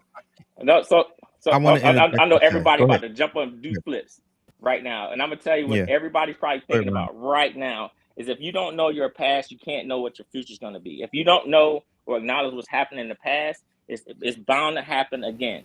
And Why we're can't going down that we're starting to go back down that line that we've seen before. Does that make sense? no? Why can't we Okay. just No, because see the past and learn from the past, and then we are moving forward? Why do we have to continuously bring up the past? you have to. Why? Does that? How do you not? How do you learn from? How do you learn in the future, or do you learn from your past? Again, we learned from the past. So we talked about it, we understand it, we learned past it, and we put the steps in to better our future. Why are we still talking about the past? Hold on. It just seems like you're stuck there. No. I'm not stuck in the past, man. Trust me. I'm definitely No. moving forward. Let me say Go this. ahead, Chip. The reason why you gotta look at the past, look at the future, is because the past is reality. Past are the things that happen, and the same mindset is still here today. When Trump, again, I'm gonna go back to it because you dismiss it, and that's what I think the problem is. You dismiss it, and Ruben, I'm coming to you here in a second. You dismiss it by saying, well, maybe he's talking about violent people, maybe it's this, maybe it's that, and but in reality it's bigger than that. It's way, I mean, it's what's happening now. All you need to ask yourself is this. Like somebody asked about the Ku Klux Klan and all that stuff before, and I'm gonna play this video because I want you to understand that the races of this country want Trump to be in office. And I'm gonna just play this video, and hopefully you can see it. Wait. This is David Duke. So go This ahead, is go ahead, go hold ahead, on. go ahead. I'll give you a chance to No, talk yeah, in a go ahead. second. My bad. This is David Duke. This was the former leader of the Ku Klux Klan that Trump once again refused to denounce. You said yourself that the Ku Klux Klan is bad and everything. Trump still to this day refuses to denounce the Ku Klux Klan and denounce racism. He pussyfoots with them, and they want him to be president. Racist people want him to be president. They do. That's just a fact. So I'm gonna let you talk before I play the video. Today represents you. The camera's right here. What does today represent? Go ahead, Ethan. I'm sorry. No, go ahead. This is the video. Today This is represents David you. Duke. The camera's right here. What does today represent to you? This represents a turning point for the people of this country. We are determined to take our country back. We're going to fulfill the promises of Donald Trump. That's what we believed in. That's why we voted for Donald Trump, because he said he's going to take our country back, and that's what we got. Did you guys see it? I don't think it showed up in Yeah, I can't see. in the actual Not the live. video, just the audio. Yeah, I can't see the video. Audio. Yeah, for some reason that the video didn't show up. I'll work on that for next pod. But it was a video of David Duke, and I can put it in the show notes later so you guys can take a look at it. But it was David Duke literally saying, "What did he? Did you need me to repeat it again? What he said? We voting for Donald Trump so he can take our country back. Okay. And the things that he is doing exactly that for white men, for white people. That's just the fact. I'm gonna let you talk, and then I'm gonna go to Ruben. Ethan. I mean, what? I mean, I just strongly disagree, but I mean, you're entitled to our opinion. I guess my question is, what do you? Let's go with the basics of it. David Duke was a Ku Klux Klan Okay. member. He was the now. Okay, you agree with that? I mean, I don't know. He you have the information on me. Okay, well, I would like. I think it would be a good time to talk about. Maybe we should do a follow up thing when you get a chance to research the things that we talked about, because I know you're a research guy. I need to look at things and stuff like that, and I think that would be beautiful for you to go ahead and look at those things. So I'm gonna just tell you what the facts are.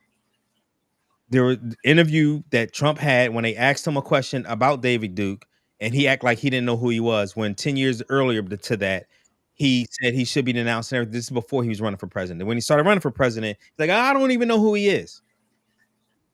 Again, racist people, neo-Nazis, Ku Klux Klan wanted Trump to win. Okay. Those are facts, and I want you to look them up. Now I want to bring in Ruben, because this is another young brother here that I wanted to talk to. And thanks, Ruben, for joining in. I really appreciate it. What's your point? You're saying like my point is pretty simple. My point is this: racists wanted Trump to win. Plenty of un-racists wanted Trump to win, which is why he won. So like, help me understand. What are you talking about? My point is still the same. He say racist stuff. He says racist shit all of the time, and so he is basically a vessel for racism. So if only racist people wanted him to win, and he wouldn't have won, right? Yeah, there are more or less racist people. That yes, other people voted for him, right? So why a lot of people voted for him for and we didn't even get to those. You find a racist person again. I would agree that racist people voted for him. I would agree that racist people probably voted for Kamala. Like that doesn't really mean anything. Absolutely, I would tell you that. Tell you this right now. Oh, Absolutely, so every person that voted for Kamala. I will. Now, this is where you need. Like, do you know every person that voted for her? Factually, I do not know. Since you do not know every person, how can you give me an absolute? I'm telling you from my you're telling me your opinion. I asked for an absolute. I'm gonna give you my hypothesis. I'm gonna give you my hypothesis, which is based off of reasoning and fact. Because a lot of things that happen in this world, like the first time they went to the moon. Nobody went there first. There was no way to get there factually to say if you do it this way, they will get there. However, they had to use hypothesis and reasoning and math to understand that if we try it this way, we should be able to get there. Right? That's the exact same thing when it comes to the situation we're talking about right now. I can guarantee you that no racist voted for Kamala. That I do know. Where you give me your opinion, that's fine though. That is you're right. That is my. I have no way to discern that to know that for a fact that no racist ever voted for him. That's my point. That point. That's my point. That I'm saying. Like that point is true. We don't know if racism people voted for Kamala. From your research, you're showing that racist people voted for Trump. All right, cool. But that also un-racist people voted for Trump. Like unresearched people voted for Kamala. Mm-hmm. Like this seemed like okay, cool. Keith, would you like to talk? Can you hear me now? Am I still static? Yeah, you're still. I don't know. You may need to turn your mic gain down or something. But maybe that's it. Turn your gain down a little bit. Is this coming in too loud? Yeah, it's just I can hear like a or something like that in there. I'll get it fixed. But first, can we just say Kamala? Just say Kamala. I'll be right back trying to fix this, man. My God, I can't. All this Kamala. I'm born in 71. There is a person named Kamala, and that's why they keep doing it. When these young people, I would urge them to go look up Kamala, and then they won't ever say that again for a black woman. But I'll go fix my microphone and I'll come back. Okay. I mean, just the way to say it. I don't care. But okay, go ahead. What's the next topic? All right, so I don't. Ruben, are you on? Ruben, are you there? We lost you. He said he was. There you go. He said, "Let me back in." I don't know what he mean by that. Okay. No, is His phone KG? back. What is his phone back? KG, are you there? Oh, we have somebody by KG that's on here, but we don't see him. All right, Yeah, I'm so on. okay, that's you, Ruben. No, this is KG. It's KG, Kazir. okay, KG. How you doing? How you doing, KG? It's Kazir. How you doing? Kazir, Kazir, how you doing, Kazir? I'm good. Welcome to the pod. First time on the couch. What do you think about the conversation we're having? I joined in a little late, so I don't think that I could speak to exactly what's happening. But when it comes to whether or not you support Trump, I mean, you can definitely discuss race because that's the overt, obvious thing that we see. Is sensationalized, it's real, and it's in your face. But you have to ask yourself when you're having conversations with people who may have voted for Trump, if their ideals and if their agenda matches what his match. So, because we can take out the race component, even though we know that's a big part of his persona, and just ask ourselves, any person who's voting for Trump or who voted for Trump, does their ideals of how they see this country and how they see society match with what he promotes? And I think I heard the two brothers back and forth a moment ago, and maybe it was spoke about before I jumped on, but I'm wondering the I think young brother who apparently is in support of Trump, what his agenda, what his societal ideas are, what is his policy expectations, and how much do they align with what Trump is pushing, policy wise and nationally and globally. Now, if his ideals and his perception of what the social policy matches what Trump pushes, then that young person has a whole different set of things to address before you could talk about racism in the way that the apparently older brother was talking about. There's a whole level of education that's missing that him and people like him may interpret as, oh, that's a thing of the past. There's a layer of education that is apparently missing. There's some knowledge gaps because I know two of you kind of articulated why the past matters, and we had some, common phrases that I agree with in terms of, if you don't learn from the past, you'll repeat it. But the disparities between groups that we see in society is based on the past. So in order for you to say, okay, let's just move on, you have to make those disparities smaller. Now that's a big problem that can't be addressed probably in one presidential term, no matter who the president is. But that is a big piece that needs to be repaired based on something that happened historically. So if that gentleman is still on, who asked the question, why does history matter? Because it impacts today. It impacts probably your worldview more than you realize. Mm-hmm. So what's the question that you're asking me?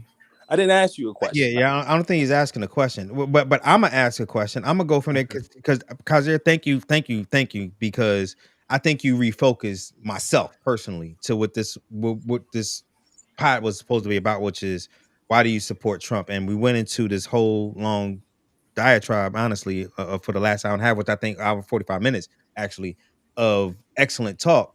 But I think it's a good question, and I'm gonna ask you, how do you feel about certain policies? Because I asked you about policies, and now we're gonna get specific about them. Let's get into how do you feel about what he's doing with immigration? How do you feel about what he's doing with Medicaid and getting rid of Medicaid and SNAP, getting rid of the Department of Education? Let's just go with how do you feel about about Medicaid and let's go with the VA. Let's go something that actually affects you. Maybe it's two things. Before we go there, this is a question I wanted to ask you earlier.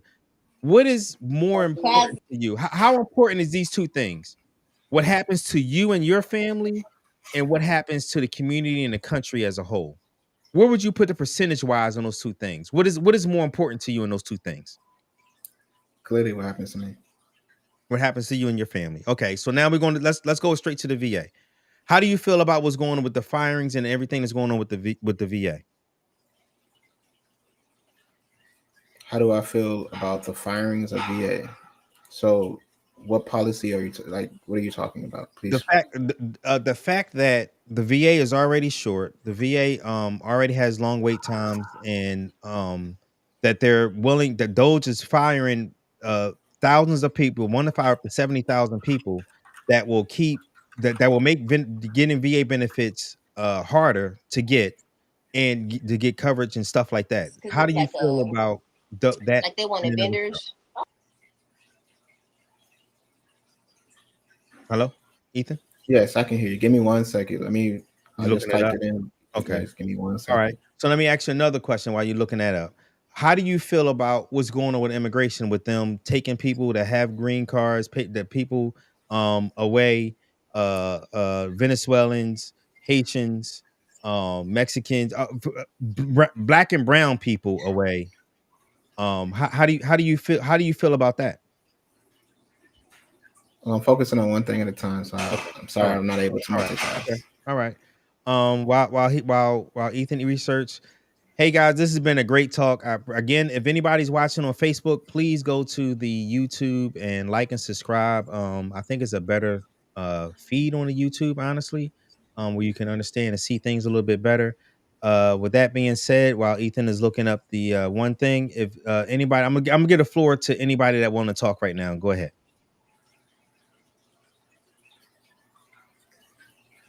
No one? Okay. All right. Well, this guy's there. I'll be brief.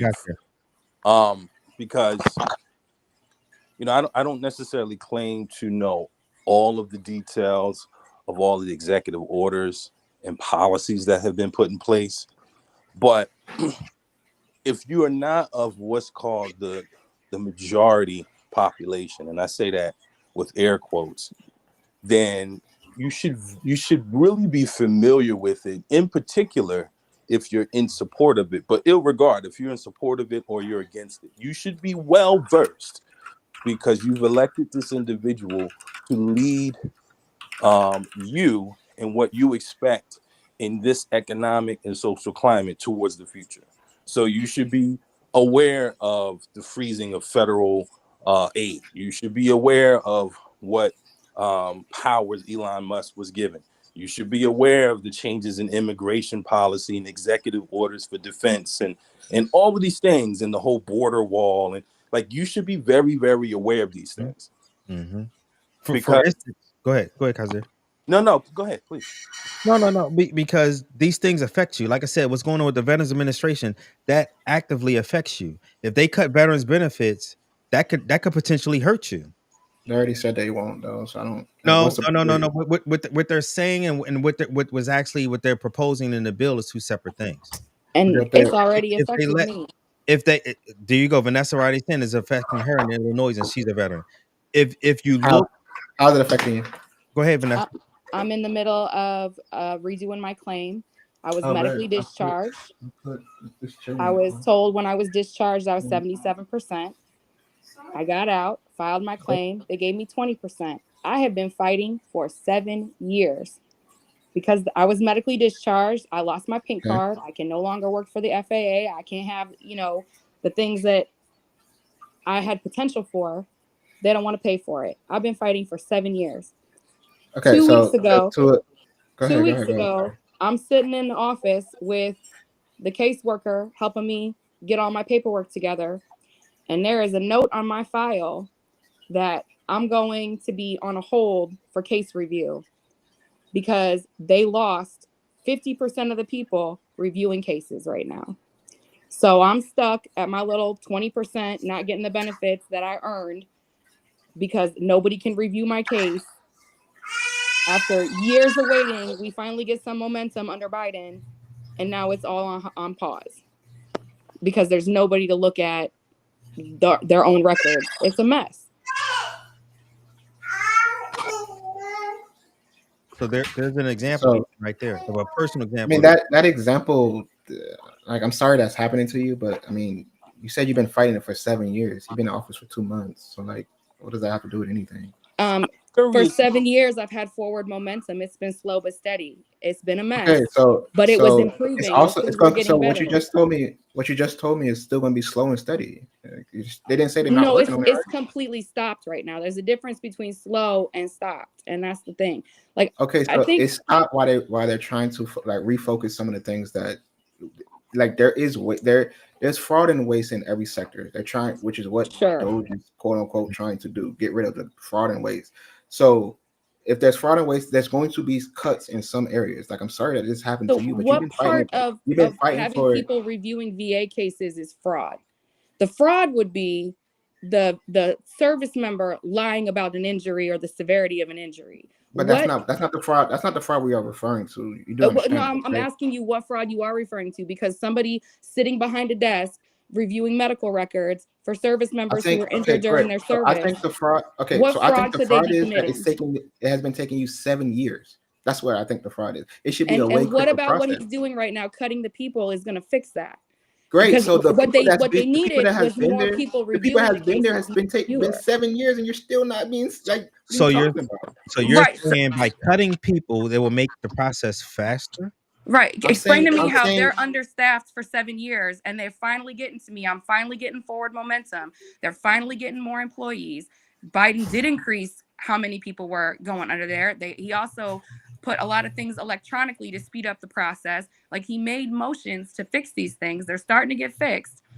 They're still understaffed severely, which is why it is taking so long. And now they're cutting the staff again. Make that make sense.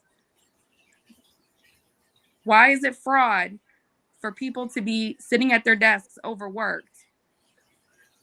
It's fraud because, again, it's fraud because they clearly are not doing their job. If it's No, taking they're you not. They're 7 doing years, 7 people's jobs because they're understaffed. Again, great. We all talking about speculations, which is what we're talking It's about, not right? speculation. It's statistical facts. These are recorded So things. you're getting data. a correlation. You're getting a correlation of, hey, it has been 7 years of it going slow. He's cutting people, which is now they're saying, I got a sticker on my note saying, hey, as of right now, we have to put it on pause because 50%, using your numbers, 50% of the staff is cut. So we got to figure out how we're going to readjust some things. But it's going to be a long You're ride. adding to the conversation. They never said they were figuring out how to readjust anything. Yeah. They just cut the staff. But that's They're clear not what they are problem doing. solving. Like I said, so okay, why do you believe that they put a stop to your thing?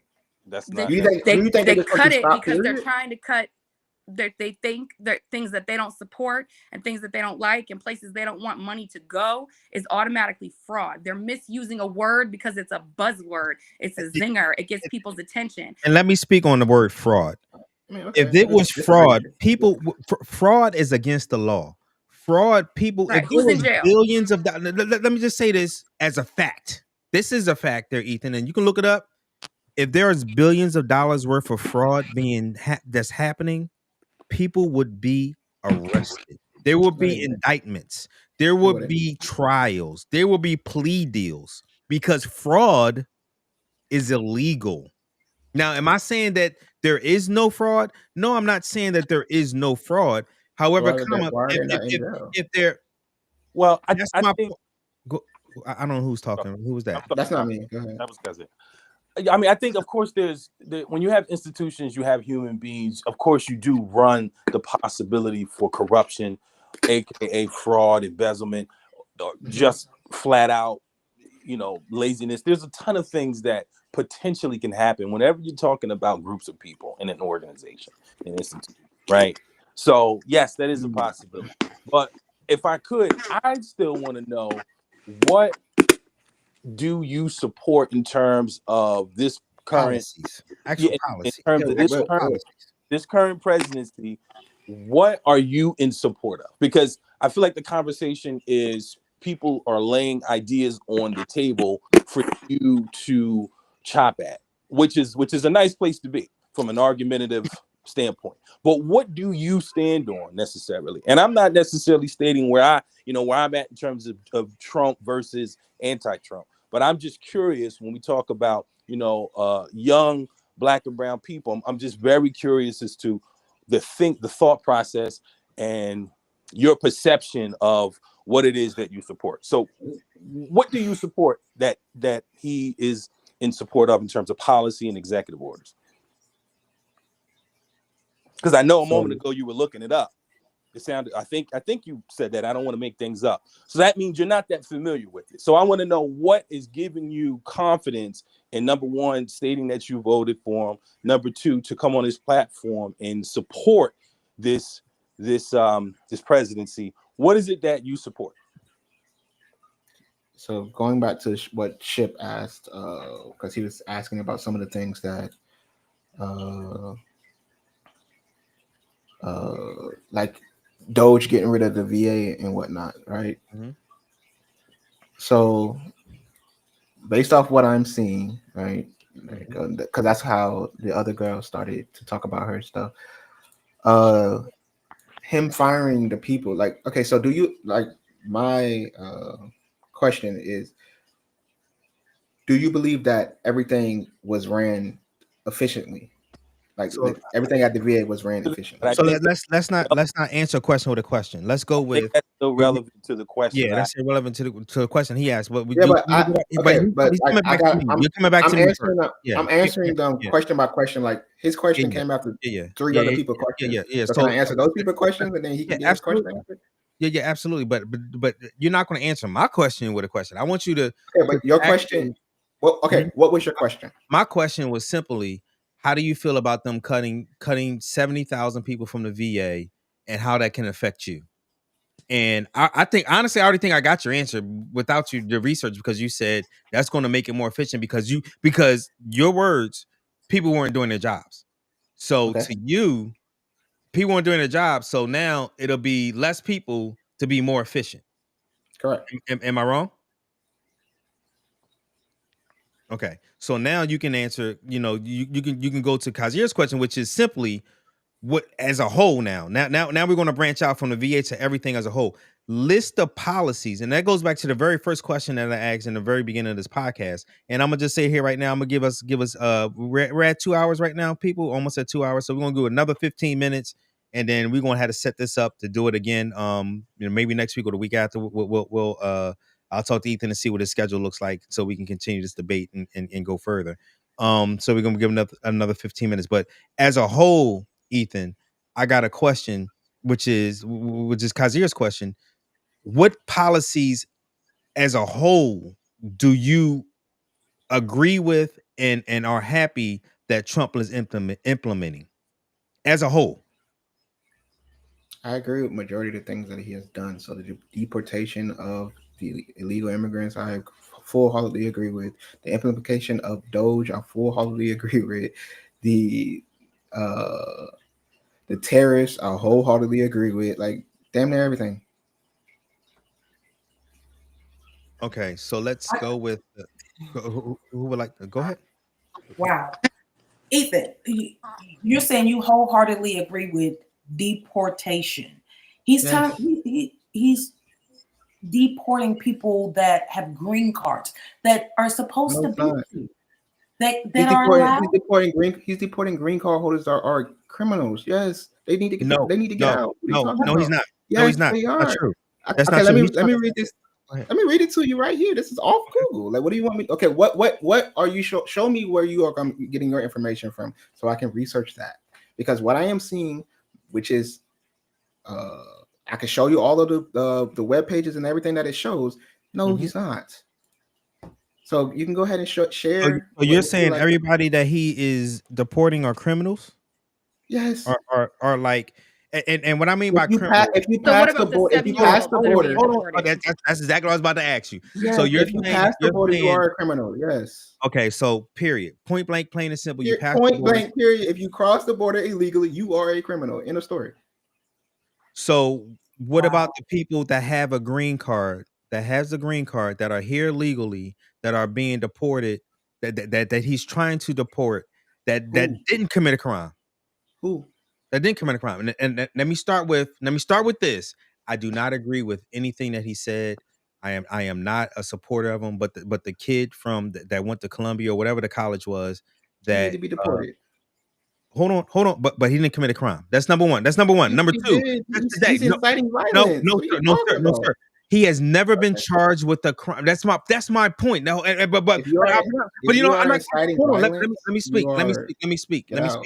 Let me speak Go because ahead. I'm gonna give you that one. I'm gonna go ahead and say, you know what? Fuck it. I'm gonna give you that one because inside, I'm gonna just give you that today. A postdoctorate person that's working in that was working in a college today. They went to his house and ICE grabbed him up. He never committed a crime. He never incited. He never said on anything. They grabbed him and he's here legally on a green card. Who? Like, what's his name? What's his name? Let me find his name. Hold on. Give me a second. And I will find his name for you. All right, I appreciate it. Also, they are deporting people that are here on asylum. And let me say this to you. Yes. When people that are here on asylum are not here illegally. They came here. They reported themselves at the border that I am seeking asylum. Why should we give him asylum? That's completely different. Hold on. That's completely different than what you said. Okay. You said if they cross the border illegally, Correct. they're criminals. So he came. So if a person come here, say I'm reporting myself. I'm here for as asylum. I came here. I'm reporting myself. Now he is going through the legal process to stay here, and he's here legally. They never committed any crimes. They're grabbing him up and sending them to different countries, the countries that they're not even from. That goes against everything you just said because they're not a criminal. They didn't cross the border criminally, but they're being deported. And you know what you just said? You just said, why should we give them asylum? Now, I'm going to go to this. If you keep saying they, one day it will be you. Okay, thanks for your opinion. One day it will be you. And that's where everybody's talking here in this whole situation about history, because history is true. You may not think it, but whether you understand it or not here, my brother, you are they, them, us. You are one of them. You are one of us. You are one of they. You are. You don't see it. You don't see it. You think you don't see it. And I'm you don't think so you don't think that the immigration situation could affect you personally? Not at all. Ethan, in any way? Not at all. Say again. You said you don't know, or you said no? He said not at all. Not at all. So, okay, all right. Because I don't want And to. I think that's the point. Chip is until something is at his front door. Some of these policies and regulations that this administration has put in place directly affect him, his family, close friend, relative. He's not going to see it. And that's the thing. And that's the problem where we got to get out. It's not affecting me personally, so it doesn't bother me, or they can do it, or it's okay. And it's not okay. Yeah. No, I'm not saying that it's like I agree. Like I think if you are an illegal immigrant, get out of the country. It's that simple. Like I'm not like there's nothing that would get me to change on. I don't agree with that. So therefore, like that's my stance. I agree with it. Him taking away, he trying to take birthright. So away. I'm sorry. Okay, so let's say yes. Okay, birthright. If this is how I look at it, right? If we give people a way that they can get across the border or get into the country, if they come over here and have a kid, then more people are just going to do those things. That shouldn't be a thing. Under that, what you're saying, that just because you, we should be saying I think you're looking at this from a place of arrogance, and the reason I'm saying that is because you was the they. You now, granted, we're gonna go back again. We have to go back to history for you to understand, my brother, that you were a they that they were able to talk about and say the reason why birthright citizenship is there is because of slavery, is because of they said, yeah, they're here, but they don't deserve citizenship. So they had to create that amendment to give us citizenship. What does that have to do with birthright citizenship? That's exactly the reason why we have it. Is because of black people, because of slavery, is why we have birthright citizenship. Because they didn't want to treat us as citizens and treat us and give us the constitutional rights that everyone else had, the white folks had. So they had to create the 14th Amendment to create that. And that's what you're not understanding is you're looking at it from an era of arrogance where you can say to yourself, well, it's not me, it's them. No, It's not I'm me, not it's saying that it's them. not me. But It's not me. It's them. and I, That's not how I feel at all.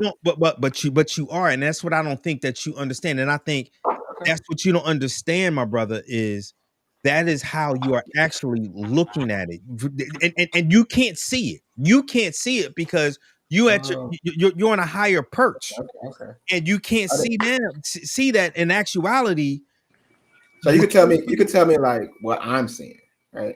Yeah, I am telling you what you're saying because it's the truth. It is what is it's the truth. That's all I can tell you about it. Is are you giving me your opinion or what? What are you giving me here? Yeah, obviously that's my opinion, but I think it's based off of facts. It's based off of context. Yeah, based off of how you feel, right? That's what it's based off of. Because there's no way you can sit there and tell me like what I'm seeing. But if that's what you believe, then cool. Like that's great. Don't you form your opinion based on your interaction with people, based on the context of the conversation you may have with people? So when you're talking to someone and having a conversation with someone, you have every, especially as deep as these conversations, that people are going to form an opinion. And a lot of times that how you project yourself is who you are.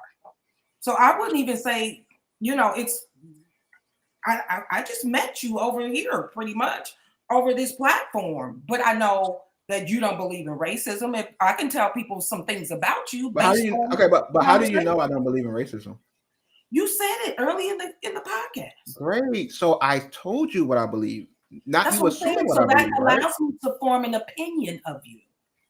Okay, right? you form an opinion based off of the words that come out of my mouth. So it's not an opinion; it's a fact. I don't believe in it. It's not an opinion. So you are stating I'm stating a fact to you, not your opinion. When I say that is your opinion, it's based off of what you perceive. What you perceive is your perception. That's great. Like we can all clap it up. All I'm saying is, like that's not how I feel. And that's not what I'm saying.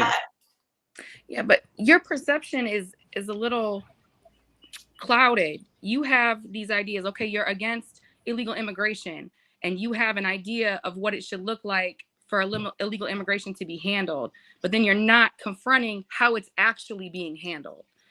How am I not confronting it? Because the result is theoretically what you want. The illegals are gone, but you're not examining how that's being accomplished and the collateral damage that is happening to people in the middle. You have a concept you agree with, but you're not examining how they're doing it and how the sausage get made matters. Yes. So you're telling me that the way that they are doing it is going to lead to XYZ. Is that what you're saying? I'm telling you, it's already happening. Yeah, it's already happening. Okay, I know people who are missing. It's already okay. So I work. What's the XYZ? Because what I'm hearing you say is the way that they are deporting people is going to lead to black people being deported, or not black people of color being treated, whatever you believe, right? No, what I'm saying is the way people are being deported is devaluing what it means to be an American citizen. Because if they can do it to people with a green card, if they can do it to people who are here on asylum, if they can do it to anybody, and you are part of the anybody, and I'm part of the anybody. They cannot do it to anybody. That's yes, just your they opinion. can. Yes, they can. They've proven it. I'm not. It's not my opinion. They've proven they can do it to anybody. The people that I asked for the other person with the green card, because the person of the green card that got deported, I fully support. He is inciting violence in college campus. Get him out of here. Who cares? Like if you care a lot, then cool. But my personal opinion, which is all I can state, is I would do the same thing. Bye. If you are a green card holder, you all should be held to a higher standard because you are here trying to get a citizenship for over here. And what did I do to earn that? What did you do to earn that? Why is any human held to a different standard than any other human? Because I am born here. I was I am an American citizen. Until you get to be an American citizen, then you are held to a different standard. I'm sorry if that hurts. Ethan, Cool. Ethan, why are you trying to be here? On January 6th, was there any violence incited? Are we talking? What are you asking? January 6, 2021. On January 6th, was there any violence that was incited? I don't know how to answer that. I can say that I do not agree with January 6th. That's what you're asking. Okay, all right. So I want to have my. I know you're about to close ship, so Yeah. I want to say that history. And your parent, Ethan, your family man. Everything you do with your child, are you the same parent as you were when your child was first born? You're probably not, right? Because you've learned from your experience, which is your past. You learn from that. You learn not to touch a stove because, oh, that's hot. I won't touch that. I learned from the past. So I can't forget that. And that's what we're trying to say. Even though we're in this present place, the past informs who we are. Slavery informed who we are. Slavery informed how laws are built. Slavery, all these things, all this racism, prejudice has informed what we are as a country. You can believe it or not. I notice every time we ask a question about a statement, you say, well, that's the opinion. Where are the facts, though? When are you saying, where are the facts? So, Shipman, if you got to speak about something factual, then I'll say that's a fact. Exactly, but nothing is factual to you. That's the problem. No, plenty of things are factual. Just you guys state your opinion a lot. Hold on. Let me finish. So Ethan, and I'll say to Ethan and Shipman, a great podcast for next time would be we switch roles, and Ethan, you do your research and you come from the other side of the table and debate Shipman from the other side. So that gives you a little more perspective taking, and then you can do more research on how somebody else is feeling and have empathy. And then he can do the same, and we all can do that, because I feel, again, everyone's saying this to you, and I don't know if it's registering to you. It's like, hey, you kind of got to get outside of yourself and look at somebody else. Look at somebody else's vision. And again, I'm not saying you don't do that, because I know that's your next thing. You're going to say, well, who says I'm not doing that? I'm saying it would be great to do a debate from the other side of the fence. You debate the liberal or whatever you want to side, and then they debate the right wing side.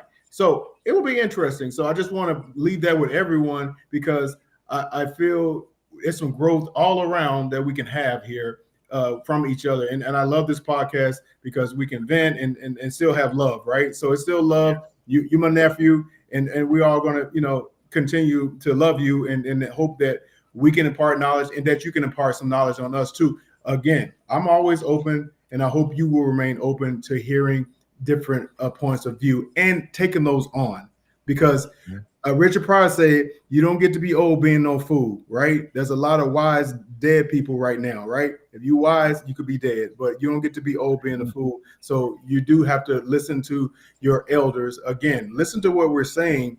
Not necessarily you have to do it, but listen to what we're saying. We ain't fucking crazy. We're not crazy.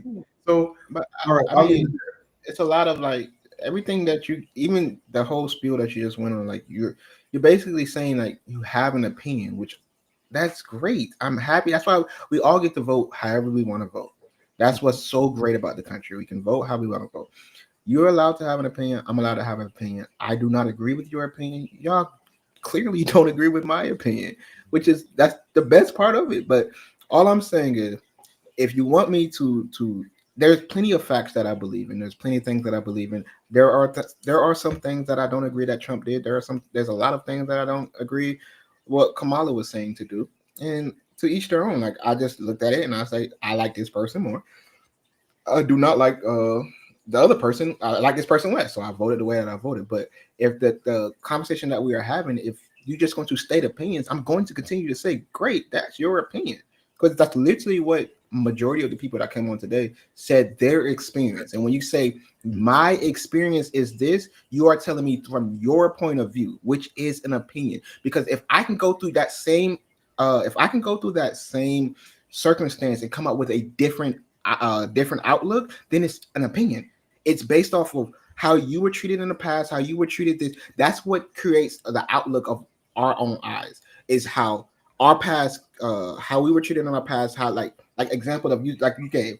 Who touched the stove? Yes, I know the stove is hot because I touched the stove. But if a person doesn't know the stove, or the person never touched the stove, they don't know it's hot. So you may look at things like, hey, this is racism, or this is crazy, or whatever. And I may look at it as like, no, I don't really think that's racism, because I'm able to look at it from not a biased point of view. Like, hey, it's racism because it kind of reminds me of this. It reminds me of this, and it automatically puts you into a certain frame of view. Like that, I look at life as everything as neutral. Like, hey, I don't look at it, oh, white person hits black person may be racist. I just look at American citizen hit American citizen. What did you do to cause him to hit you? If you didn't do that, if you hit him out of just rage, you go to jail.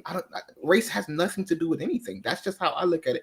As I'm colorblind. Like, I really understand why it's such a big deal. But again, with you guys being older, guys have different experiences. Obviously, you guys are going to have different outlooks and biases that look different than the way I would look at it. But again, at the end of the day, it is your opinion, which is why I keep saying your opinion. Yeah, exactly. And that's why I keep what my point was to you.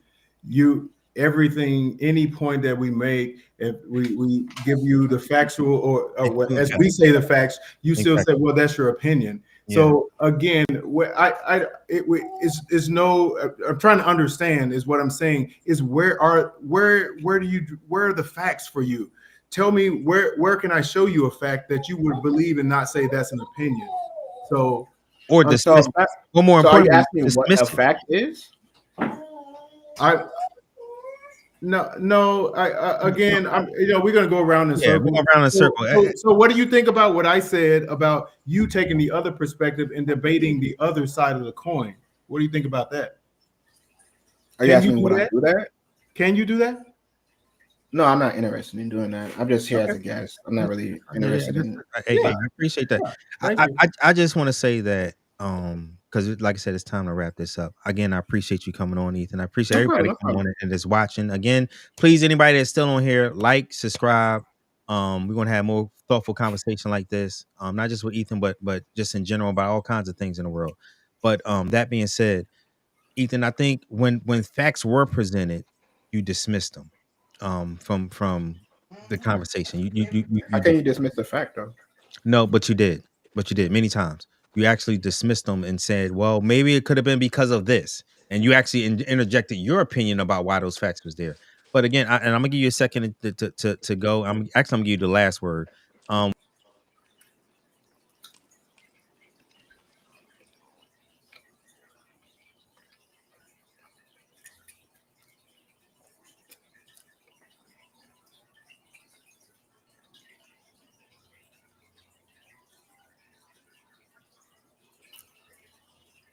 Is ship frozen for y'all too? Yes. Okay, yeah, I thought it was just me. Yeah, he's frozen. He froze.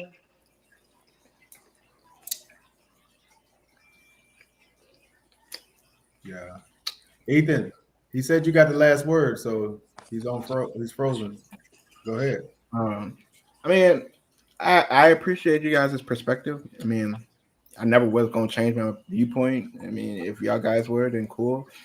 This podcast is too short to really change, anybody's viewpoint, in my opinion. But I may come back on here and there. I mean, I don't mind with these talks. I have these talks all the time with friends and family. As long as they don't get hostile, I really don't care. I do appreciate, appreciate you guys' point of view. I'm not trying to be dismissive of you guys' opinions and whatnot. I was just trying to give it a different perspective. I'm not trying to say like it didn't happen or anything like whatnot. Again, I'm not in that circumstance, so I really can't give you like what happened. Like if you say it happened, then I'm here for it. I'm not saying that it didn't.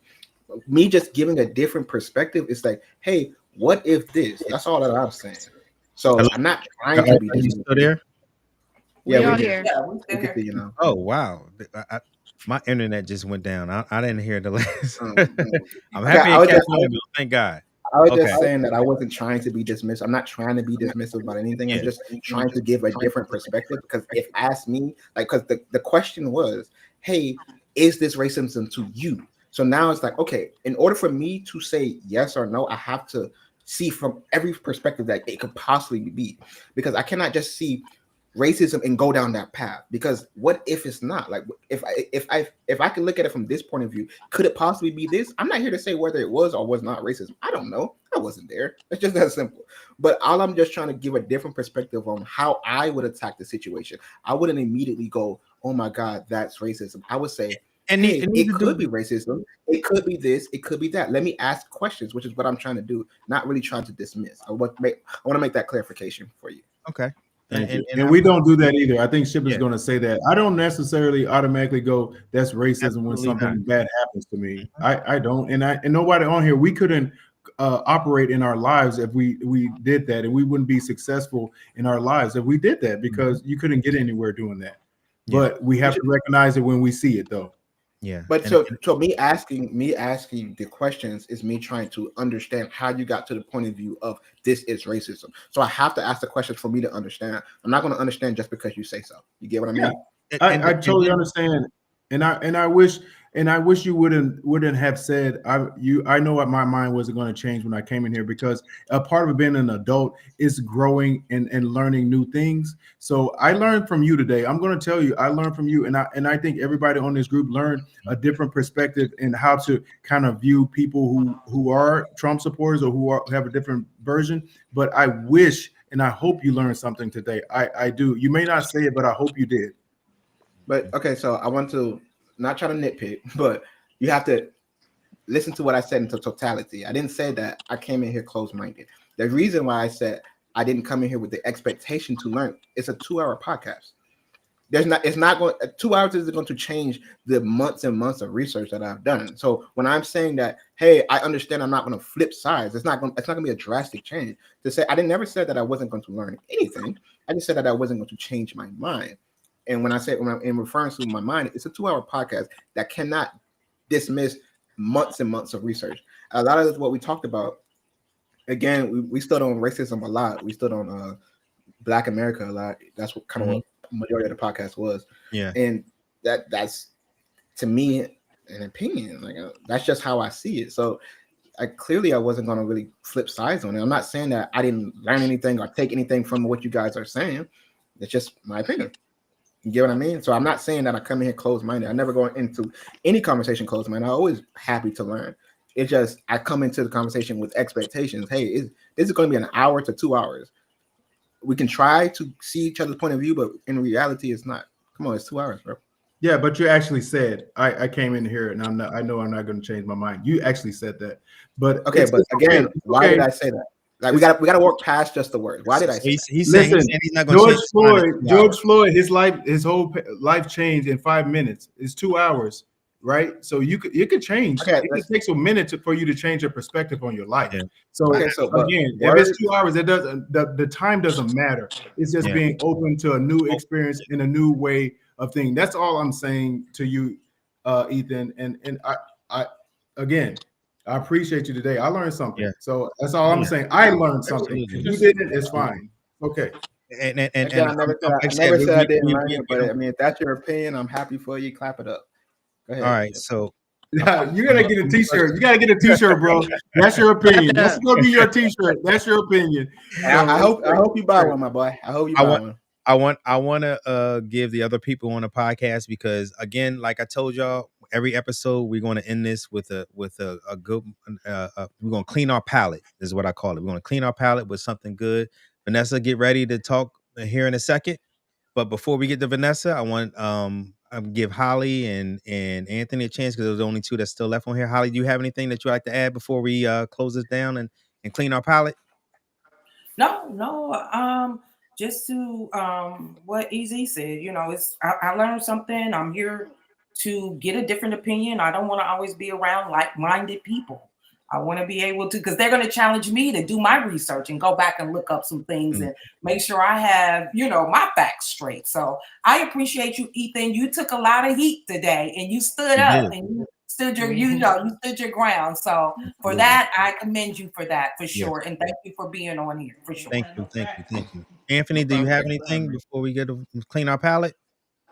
Yeah, I just want to say this to Ethan. Yeah, Ethan's been really actually good talking to you. It's good to hear your perspective on things and how you feel about the things and what's going on in this country. Um, just a little information for you. I have a daughter that thinks just like you, and I hear her side of things. And but I was interested in I was really interested in hearing the male perspective, especially a black male perspective on on how you feel about things. And it was good to get that information from you. I hope that we can, further discuss, have further discussions, in future podcasts. So I'll actually be looking forward to it. All right. Thank you again. Once again, thank you, Ethan. Vanessa, are you ready to talk about the clean our palate? Vanessa, are you there? Yes, sir. Sorry, my mic was All off. right. Yeah. Okay. All right. Hold on. All right. Again, thank you, everybody. Please go on to the ShipWreck podcast. Go on there and like and subscribe on YouTube. I do have a Facebook page, and I'll post that too, because once I get up to 100, I get up to 100 followers before I can actually go live on the page. I'd rather do that instead of going on my personal page. But please just go to the YouTube. Please like and subscribe, and we're going to go to clean our palate, and then we'll see you guys next Thursday at 6 p.m. on Central Time, 7 p.m. Eastern, 4 p.m. Western. So let's go. Go ahead, Vanessa. The floor is yours. I don't know what you want me to say. I'm sorry. I didn't prepare anything. I Oh, thought you you ain't were nothing gonna to do say. it. Just tell us the good thing that's going on with your daughter. Go ahead. So my daughter just got accepted to Eastern Illinois University and the Bachelor of Fine Arts program that's specific for art teachers. It's a really competitive program. She beat out thousands of people applying for it, and the piece that Bobby's got up on the screen is her self-portrait that's being showcased right now in it's the SIUE, home of the Salukis, their art show. And she won a couple of different prizes in different categories for it. So I'm just kind of proud of her. Excellent. And now I want you to add, what would she like to be when I ain't gonna say when she grow up, when she's done school? Art teacher is what she's going for. Giving back to the community. So let's clap it up for her. Yes. Congratulations. Thank you. That's awesome. Congratulations. I gotta clap Thank you. one. No, that's not it. We're gonna find it. There it is. There it is. We found the clap button. So congratulations, y'all. Once again, thank you guys for making this a wonderful podcast. Thank you again, Ethan, for coming on. I really, truly appreciate it, and I would love to have you on again. Not just for as a focal point guest, but for you to come on and just share your opinions on other things that's going on in the world.